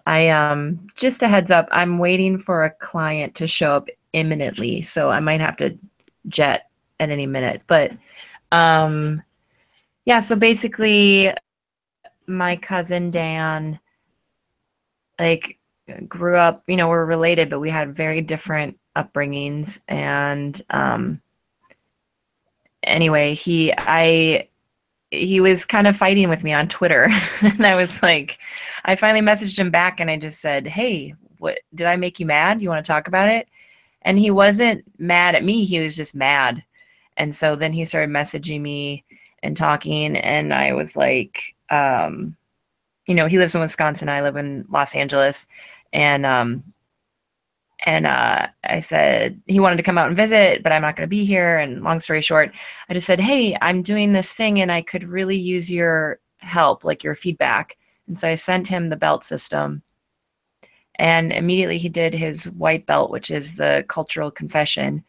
And like, he got it right away. I mean, he's been through AA, so I guess they do some of that similar kind of stuff. But I think that the mixed mental arts belt system, you know, having not been through AA myself, but like, and not trying to knock it, I think that we are preparing to give people a little bit more specific mental tools to help them in specific areas like their employment, education, things like that. And so I'm excited to see him go through it. And I feel like he's a great test case because he didn't go to college. He's been in and out of jail. He, like I said, is just in general had a really shitty life. And I think that he is the exact person that I want to reach with the belt system. Yeah, great. Yeah. Just to say something. Just for the outside world, yes, we are a cult, but we're a good cult. And Kate Fogarty is our first female priest. Be taking confessions. I'm only an acolyte to Katie O'Brien. Yeah, but you're gonna be taking the confessions, so that would make you a priest of the white belt. That's weird. That is not your official title. Priest of the white. That's pretty funny. Stranger Things. Priest, you're the healer. Oh, her official title is Moonbeam. Thanks to Ed Kennedy, Sam's Bulldog. But we are a good cult. But I mean, I think that's, you know, and in terms of the cultishness, like, you know, there's obviously such a fear in science, or sort of like, in terms of, Eric, to go back to your point and Adam's point about throwing out the baby with the bathwater, there is such a fear within academia and within science of being prescriptive. And so therefore there's this focus on being descriptive, that science has avoided being prescriptive and saying, do this, like you should do this. And the result is that, you know, it's, I mean, a large part of the reason why science is so uncompetitive is that it doesn't give clear guidance. And there is clear guidance that can be prescribed, like doing, you know, deliberate practice, right? Which is what Eric was talking about earlier, in terms of you figure out what's not working, you target that, you fix that, you improve that, you move on. You figure out what else isn't working, you target that, you fix that, you improve that. And, you know, I mean, a large part of what, you know, Katie O'Brien, who Kate and I are both acolytes to, and I did with the Straight A Conspiracy, was taking all that neuroscience and that psychology and make it prescriptive of like, okay, kid, like you want to do better? Great. You're going to have to manage your emotions. Great. You should read by breaking things down. Don't corn on the cob read. Sherlock Holmes you're reading. And I think that's the thing is that, you know, humans are cultish. We want clarity. And, you know, we need the social mechanisms to be able to challenge that and question those sets of rules. But, you know, it's not reasonable to expect individuals to read 60 million scientific papers and then form their own conclusions. It is much more reasonable to form a group of people that are constantly using those 60 million scientific papers to question our conclusions and try and evolve better and more realistic ones. I think one of the, and I think that, like I was trying to talk to you earlier about, was taking those 60 million papers and turning them into stories. Like one of the things that really got the science to me is just the way that you're able to explain these pivotal cases as stories, like the Elliot case or things of that nature. But like Thomas Sowell, he's not a good storyteller, but he has a lot of great facts. yeah. And that's what humans respond to, is stories. Unlike David Sloan Wilson, like the whole thing that he and I talked about was the fact that the science to narrative chain is broken. And actually science is stories. Like that's what it is. You come up with a hypothesis, which is a story about how reality works. We believe that the thing that is the, you know, the molecule of heredity is DNA.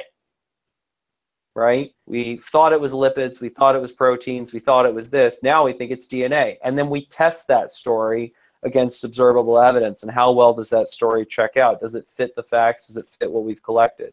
And so a large part of it is we're just taking those science stories and we're finding out how to break them down, make them super accessible, and convey them in easily accessible ways. Things like Elliot are super easy to tell. David and Brenda Reimer, super easy to tell. So those sorts of pivotal cases are easy to tell. And then in practice, people like John Haidt have already shaped science stories with The Rider and the Elephant, or, you know, Thinking Fast and Slow with Daniel Kahneman. So that a large part of it is really just combing through all of that science, finding the stories, and then shaping them so that they can be easily disseminated.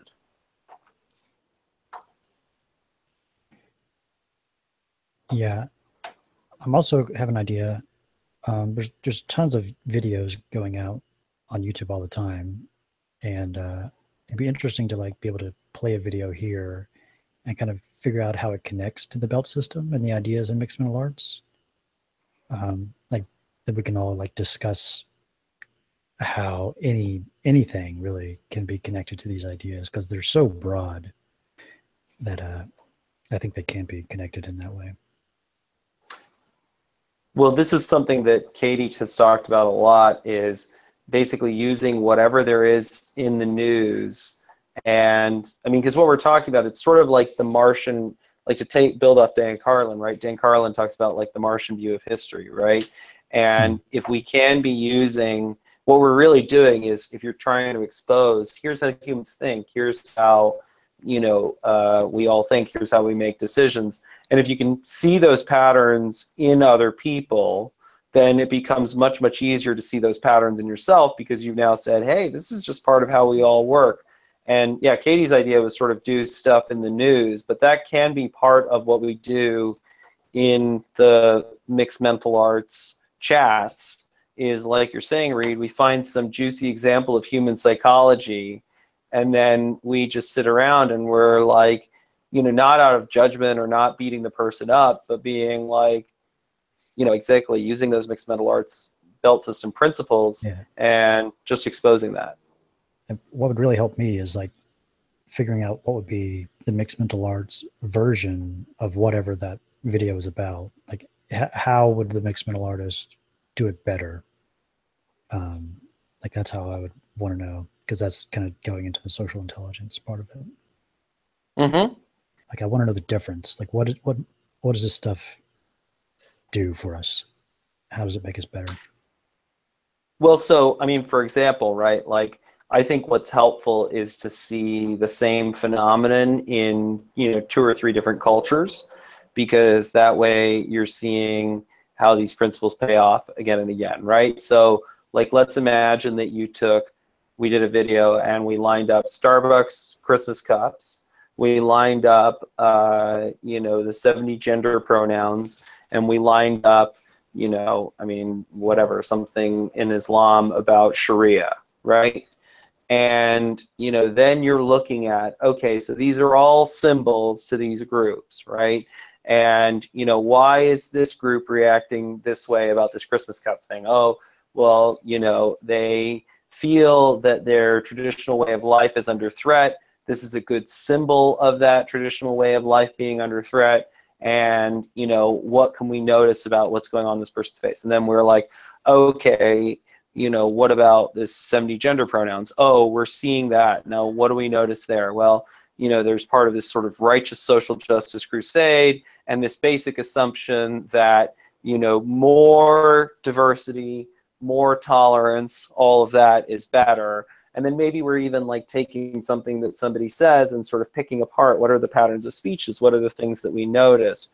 So it almost becomes like a sort of a close reading of human behavior where it is sort of that Martian view. I mean, I think that's one possibility, but again, part of, you know, the point of these MMA chats is to try and figure out, okay, how are we more effectively disseminating these ideas?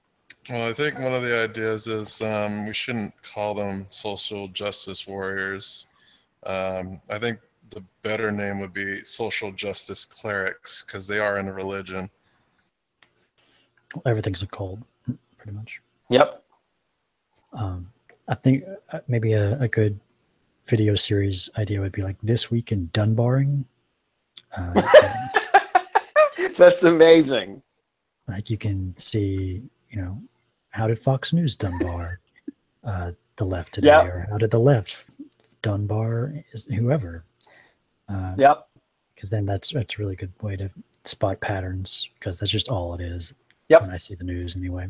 Yeah, there's I like to say there is a centrist media kind of emerging on YouTube that does kind of take in these news stories and gives each side a fair shot and kind of takes their emotional stances in looking at why they react a certain way. Like I know a lot of it centers on entertainment right now. Like a good guy is Philip DeFranco. He's really balanced when he approaches things and tries to look at both sides of the picture. But centrism is kind of rising on the YouTube space. Totally, yeah. I'm pretty active in the skeptic community in the YouTube community. Yeah, I would say so. Yeah, skepticism. It basically is just someone who's skeptical but balanced at the same time. Yeah, but they're totally not as like aware of the psychology as I would prefer. I think they would do much better if they could spot their own patterns, for sure. Yeah, being aware of the psychology is definitely good. Like I know we haven't talked about it yet, but has anybody looked into that new application that Heterodox released? Yep. I just looked at it right before this chat. Well, I haven't looked at it at all, but I wanted to know if anybody had any like real in-depth look at it yet. I haven't looked at it in depth, but it seems very much related to the sort of thing. I mean, you know, they literally use the Thanksgiving metaphor and like difficult conversations, and you know, when there's, you know, politically fractious times, Thanksgiving dinners are 26 minutes shorter or whatever, like some stat about that. And obviously 2017 is going to be really tough. So, you know, it's pretty academic, but it is basically the more academic version of what the system is designed to do. So, I mean, you know, they're very much on the same path. But I think that, you know, the more, you know, media friendly and YouTubey and visual we can make it. And I mean, what Reed is talking about, right, is that, you know, they're not like the problem with sort of the centrist media or with the media in general is it's not psychologically aware. And that's what we really want to empower, is helping humans be more aware of their own psychology, and empowering pattern recognition. Because I think the other thing too, like if we're honest about our species, where we can be ornery sons of bitches, right? Like if you start to tell me what to think, I get real prickly and I'm like, fuck you, you don't know me, right? Or at least some of us do. You know, I think that if we can sort of point out and like allow people to, this is the teaching that I love, right, and I think is the most effective, is when you line up a pattern and you put all the dots side by side, and then you let people connect the dots, right? Or you just made the dots so obvious. So a lot of what I've tried to do, for example, with the cultures, I'm doing it a long time to like find a lot of these. Take optimism and pessimism. Okay, so you put Russian and American culture side by side. Why? Because they differ on that one parameter of optimism and pessimism, and then you see how does this optimism, you know, bias play out in American culture? Well, it plays out in the Bay of Pigs, it plays out in all these different things. How does that optimism bias, how does the pessimism bias play out in Russian culture? Alcoholism, depression. Then you do it in professions, right? Actors and lawyers, right? Is anybody And else, so, sorry, Hunter. Is anybody else hearing Hunter like roboting really bad? Yes. It just seems, yeah. Yeah. Can you refresh, Hunter? He's roboting a bit. That's because he is a robot. Yeah. He's I a just big don't want fun to up. go on a roll and like no one be able to hear him. It's 2 seconds. I'm sure he'll be better once he refreshes. More than meets the This is eye. this is the big reveal of Hunter's. He's really a robot. It's Matakis Prime.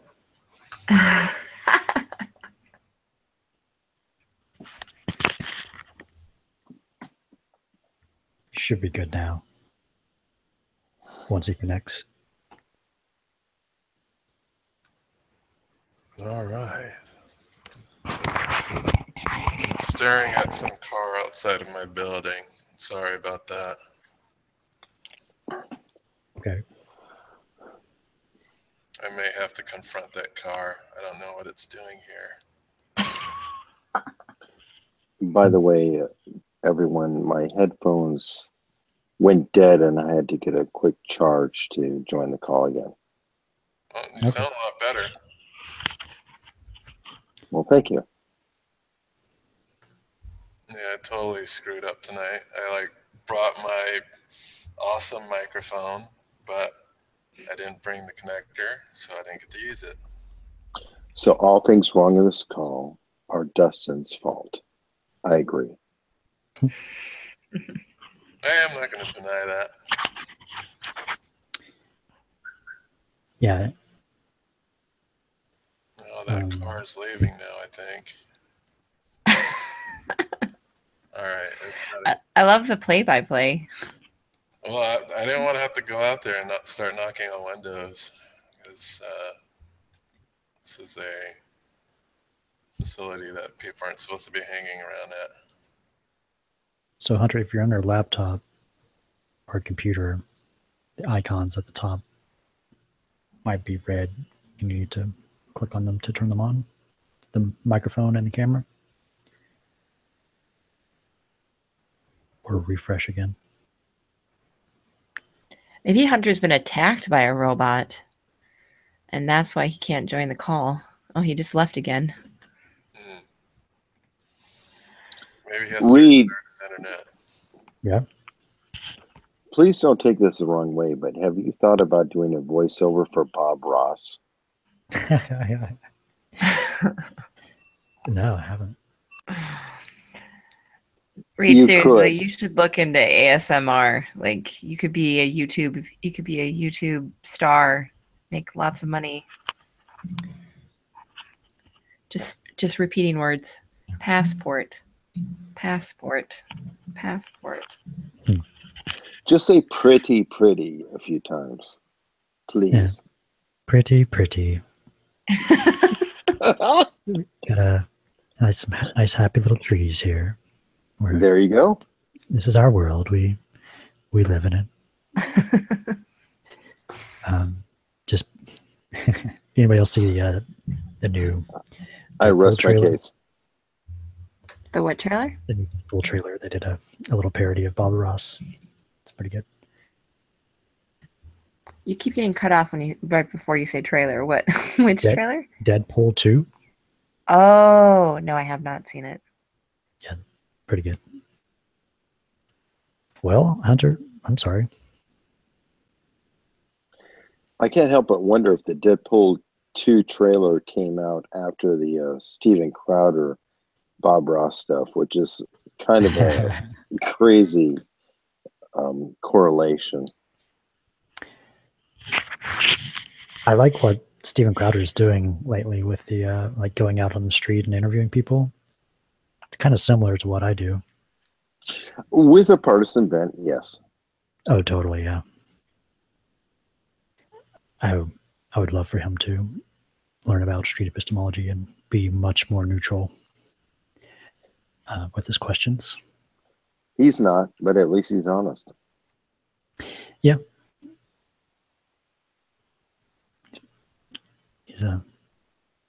Reed, do you want to teach people street epistemology? Sure, yeah. Like now? What do you mean? No, Or not just now in because general? I'm gonna have to go soon. But I think Hunter and I were talking about having a podcast with you, where we talk about street epistemology and how we can bring it to the people. That would be awesome.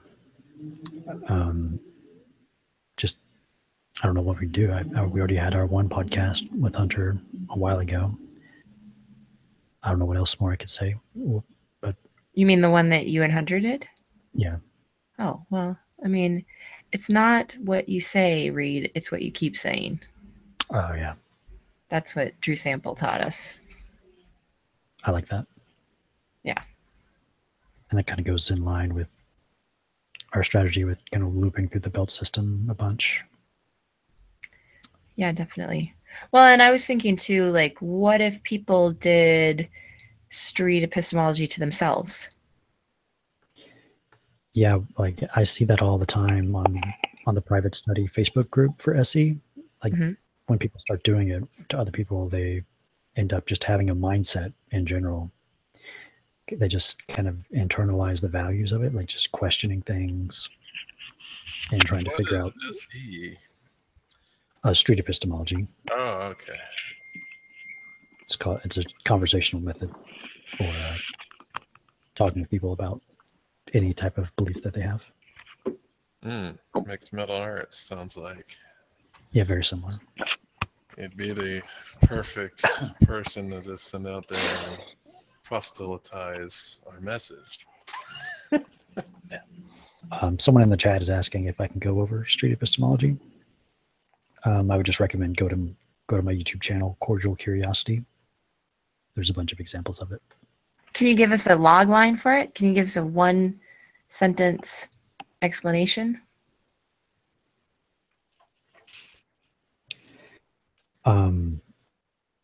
Sure. That's a confident voice there, Reed. It's based on the Socratic method, and it's a way to talk with people about their deeply held beliefs. It's about asking basically what they believe, why they believe it, and how they can be so sure, like how reliable their reasons are for coming to whatever belief. Reed, quick question.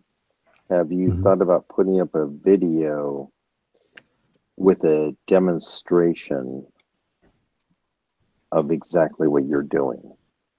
Like you have a person you are questioning, you state the intent behind the question as you were asking it, and the person responds back accordingly, and you use it as a demonstration for your methodology. I do that. I have a YouTube channel where I go out in public and interview people. So I have tons of videos. That's the result. But I meant the methodology. Oh, what do you mean? Like how, like to teach the method itself? Exactly. Or is it a trade secret? No, it's completely open. There's a streetepistemology.com, and there's a really great we call it the SE guide. It's like 30 pages long, and it tells you all about it. There's also another YouTube channel person, Anthony Magnabosco, and he's done a bunch of presentations about it. Does the guide teach the voice? Nobody could teach Reed's voice. The sonorous magic of Bob Ross Part 3. Oh, there you go. Hunter's back. Hunter's definitely back. Thank you. What happened, Hunter? He can explain it. I listen. It's you guys said that I was roboting, which I have no idea what that means, but I think it means that the audio quality is shit. And so I refreshed per Reed's instructions, and then it took forever to get back in. Anyway, no, Reed, please. I mean, don't apologize. It gave people, it gave me a chance to shut up, and everybody could then hear Bob Ross Part 3. Well, actually, by roboting, we mean you sound like you have auto-tune on your voice. Reed, if Mixed Metal Arts achieves anything, I really hope it is to make you the internet rock star that you were born to be. Bob, nice wonder.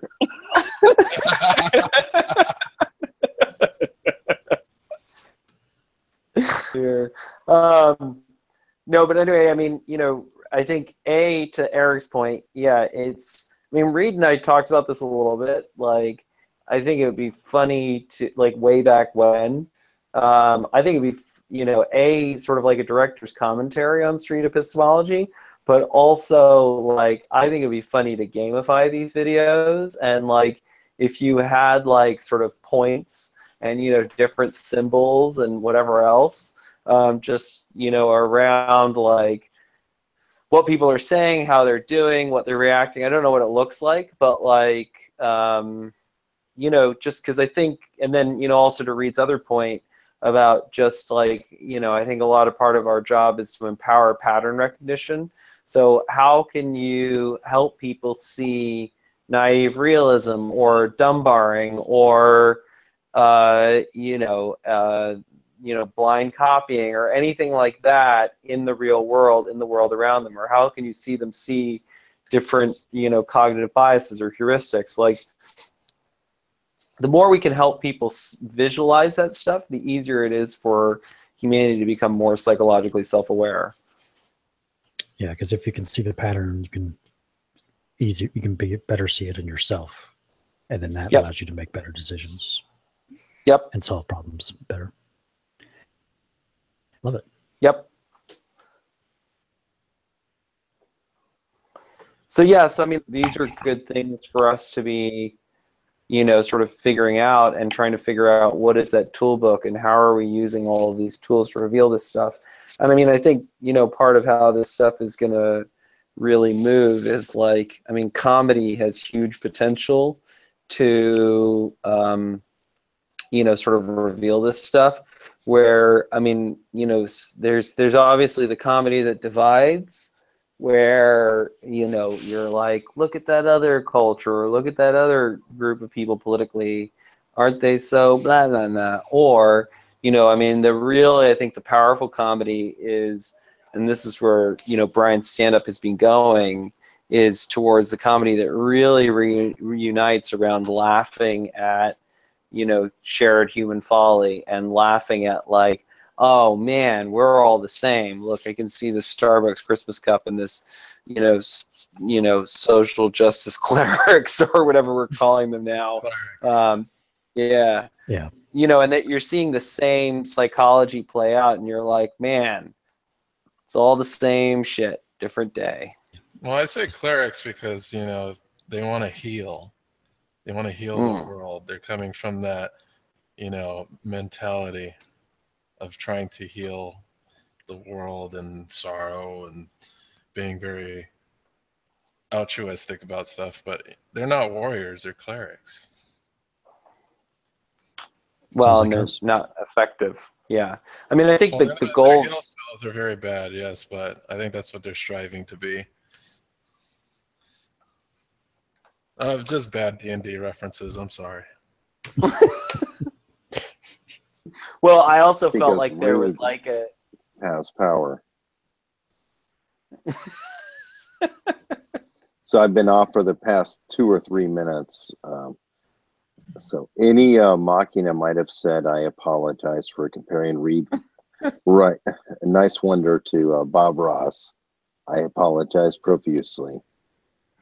Is that something to apologize for or to fucking own because it's a fucking great compliment? I mean, are there reasons to not be happy to be compared to Bob Ross? I don't know. My internet got cut off after I said it, so I have to wonder. Well, I think I could pitch something to Reed that might make him some money. So I know by having a young child, that's hard to get to sleep. Have you thought about just recording yourself for like sleep machines and things of that nature? No. The world is spoken, Reed. You have to do it. Yeah, like just go to companies. Just, as soon as they hear your voice, they're like, "Oh shit, we need to hire this guy." Everything's gonna be okay. You'll be the pioneer of a new market. All right. And we all know that his company is going to be called Nice Wonder. So, you know. Yeah.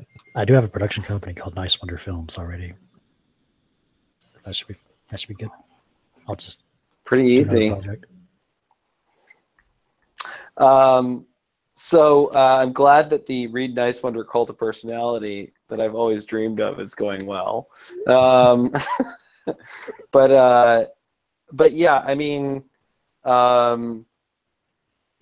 so what other, you know, content do we think would be helpful in empowering that sort of pattern recognition of helping people spot that psychology? I mean, Kate Fogarty and Katie Bryan and I are pretty excited to figure out some scripted comedy content with that, you know, would have like Brian Callen, and, you know, I mean, if we can line up some of Brian's friends, that would be really good. Yeah. I think it's like 60-second BuzzFeed style Facebook videos would be great. Yep. Just a bunch of those would be great.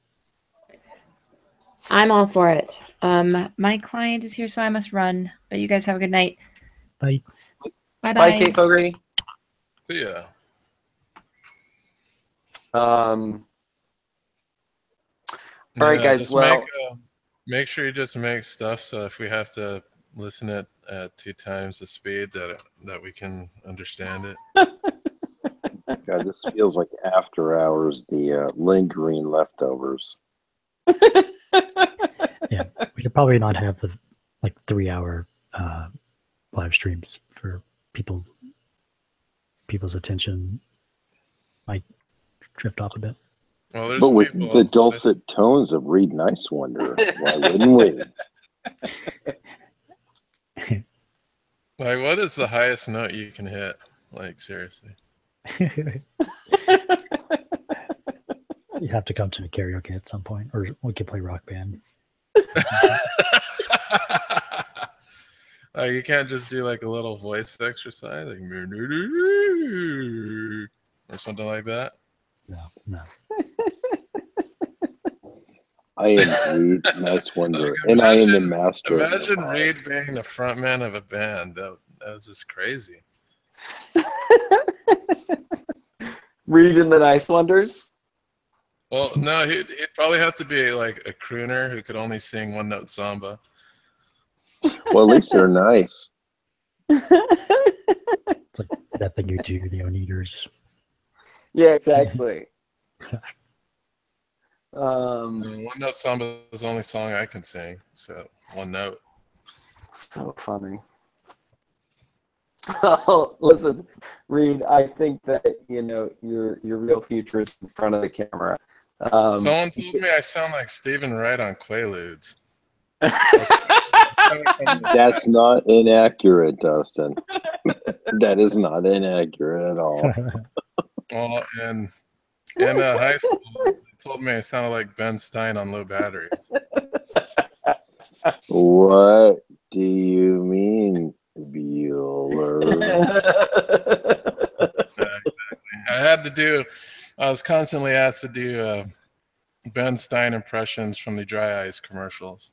I do Dry Eyes. Well, yeah. But let's get back to Reed. Let's wrap it up.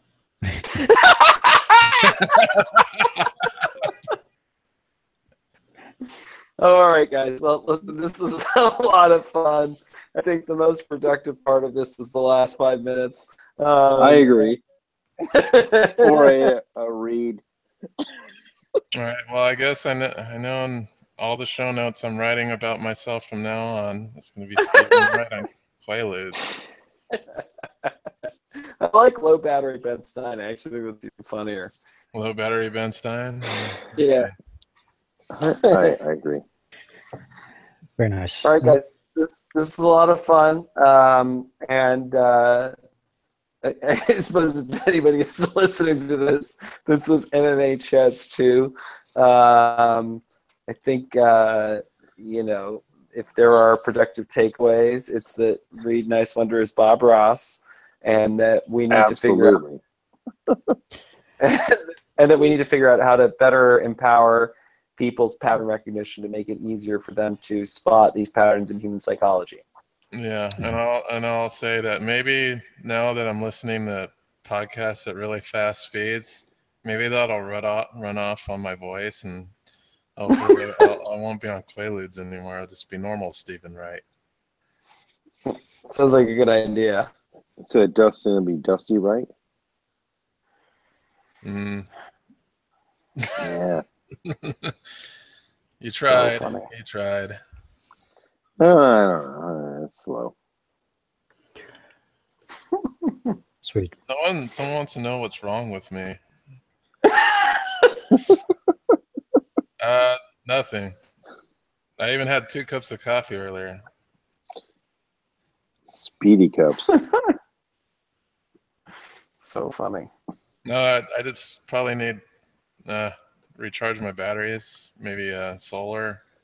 I don't know. So funny. All right, guys. Well, it was. By the way, Eric, I don't know that we've ever actually spoken, so it's fun to finally speak to you. Yeah, Eric. You too, Since I've made fun of everybody, I'm just gonna call you Sting. Okay. They're worse. That's pretty Well, amazing. me making fun of anybody is more a compliment more than anything, but Sting. So funny. Okay. Every breath Eric, you if take, you're not- man. Yeah, Eric, if you're not careful, that might be your MMA nickname. Okay. Hey man, that's how tribes work. You know, we got to give each other nicknames. Gives everyone confidence. Gives them a sense of belonging, a sense of a role in the community, lowers, sort of power Yawn. discrepancies through teasing. Yawn. All right. So for all those out there that are still listening, we are going to hold another session on Both of them, yes. Monday. It's going to be about ideation with Adam Hansen. So hope you guys can tune in. We're going to start on 6, probably a little after 6, because I'm expecting not everyone to get here at 6. Plus, that's kind of when I turn on my computer. So that's 6 Eastern. Yeah, 6 Eastern, just to clarify. 6 Eastern, 3 Pacific. So we will be back, same bat channel, but not bat time. And thank you very much for listening, all you guys in the chat room. And you should all subscribe to the Woke Centrist YouTube channel so that Dustin can get to his 100 people and have a customized URL. Yes. Also, get your friends to subscribe to Mixed Mental Arts because we're trying to get to 1,000. And if you want to go to my channel and learn about some Thomas Sowell and IQ stuff, and I do have a video coming up that I shot. I just need to edit it for my part 2 of the Thomas Sowell series. Just go to Woke Centrist, and if you look at the picture, there's like 3 Woke Centrists. Just click on the guy who has a white eye that's like glowing. The guy who's woke as fuck. Yes. So Good night, the Bob other Ross. interests aren't woke because their eyes are normal. So make sure you actually pick the one who's woke. All right. Good night, Bob Ross. Good night, everybody. All right, good night, everybody. I hope you dream of happy little trees. USSDA, we're going to be here Sunday, 6 Eastern. So that's this coming up Sunday. That might be how we end every MMA chat from now on. Good night, Bob Ross. Good night, Bob Ross. All right, night Ding, night one note guy who can't high notes or anything. Like even I have more inflection in my voice, and I think I'm monotone as hell.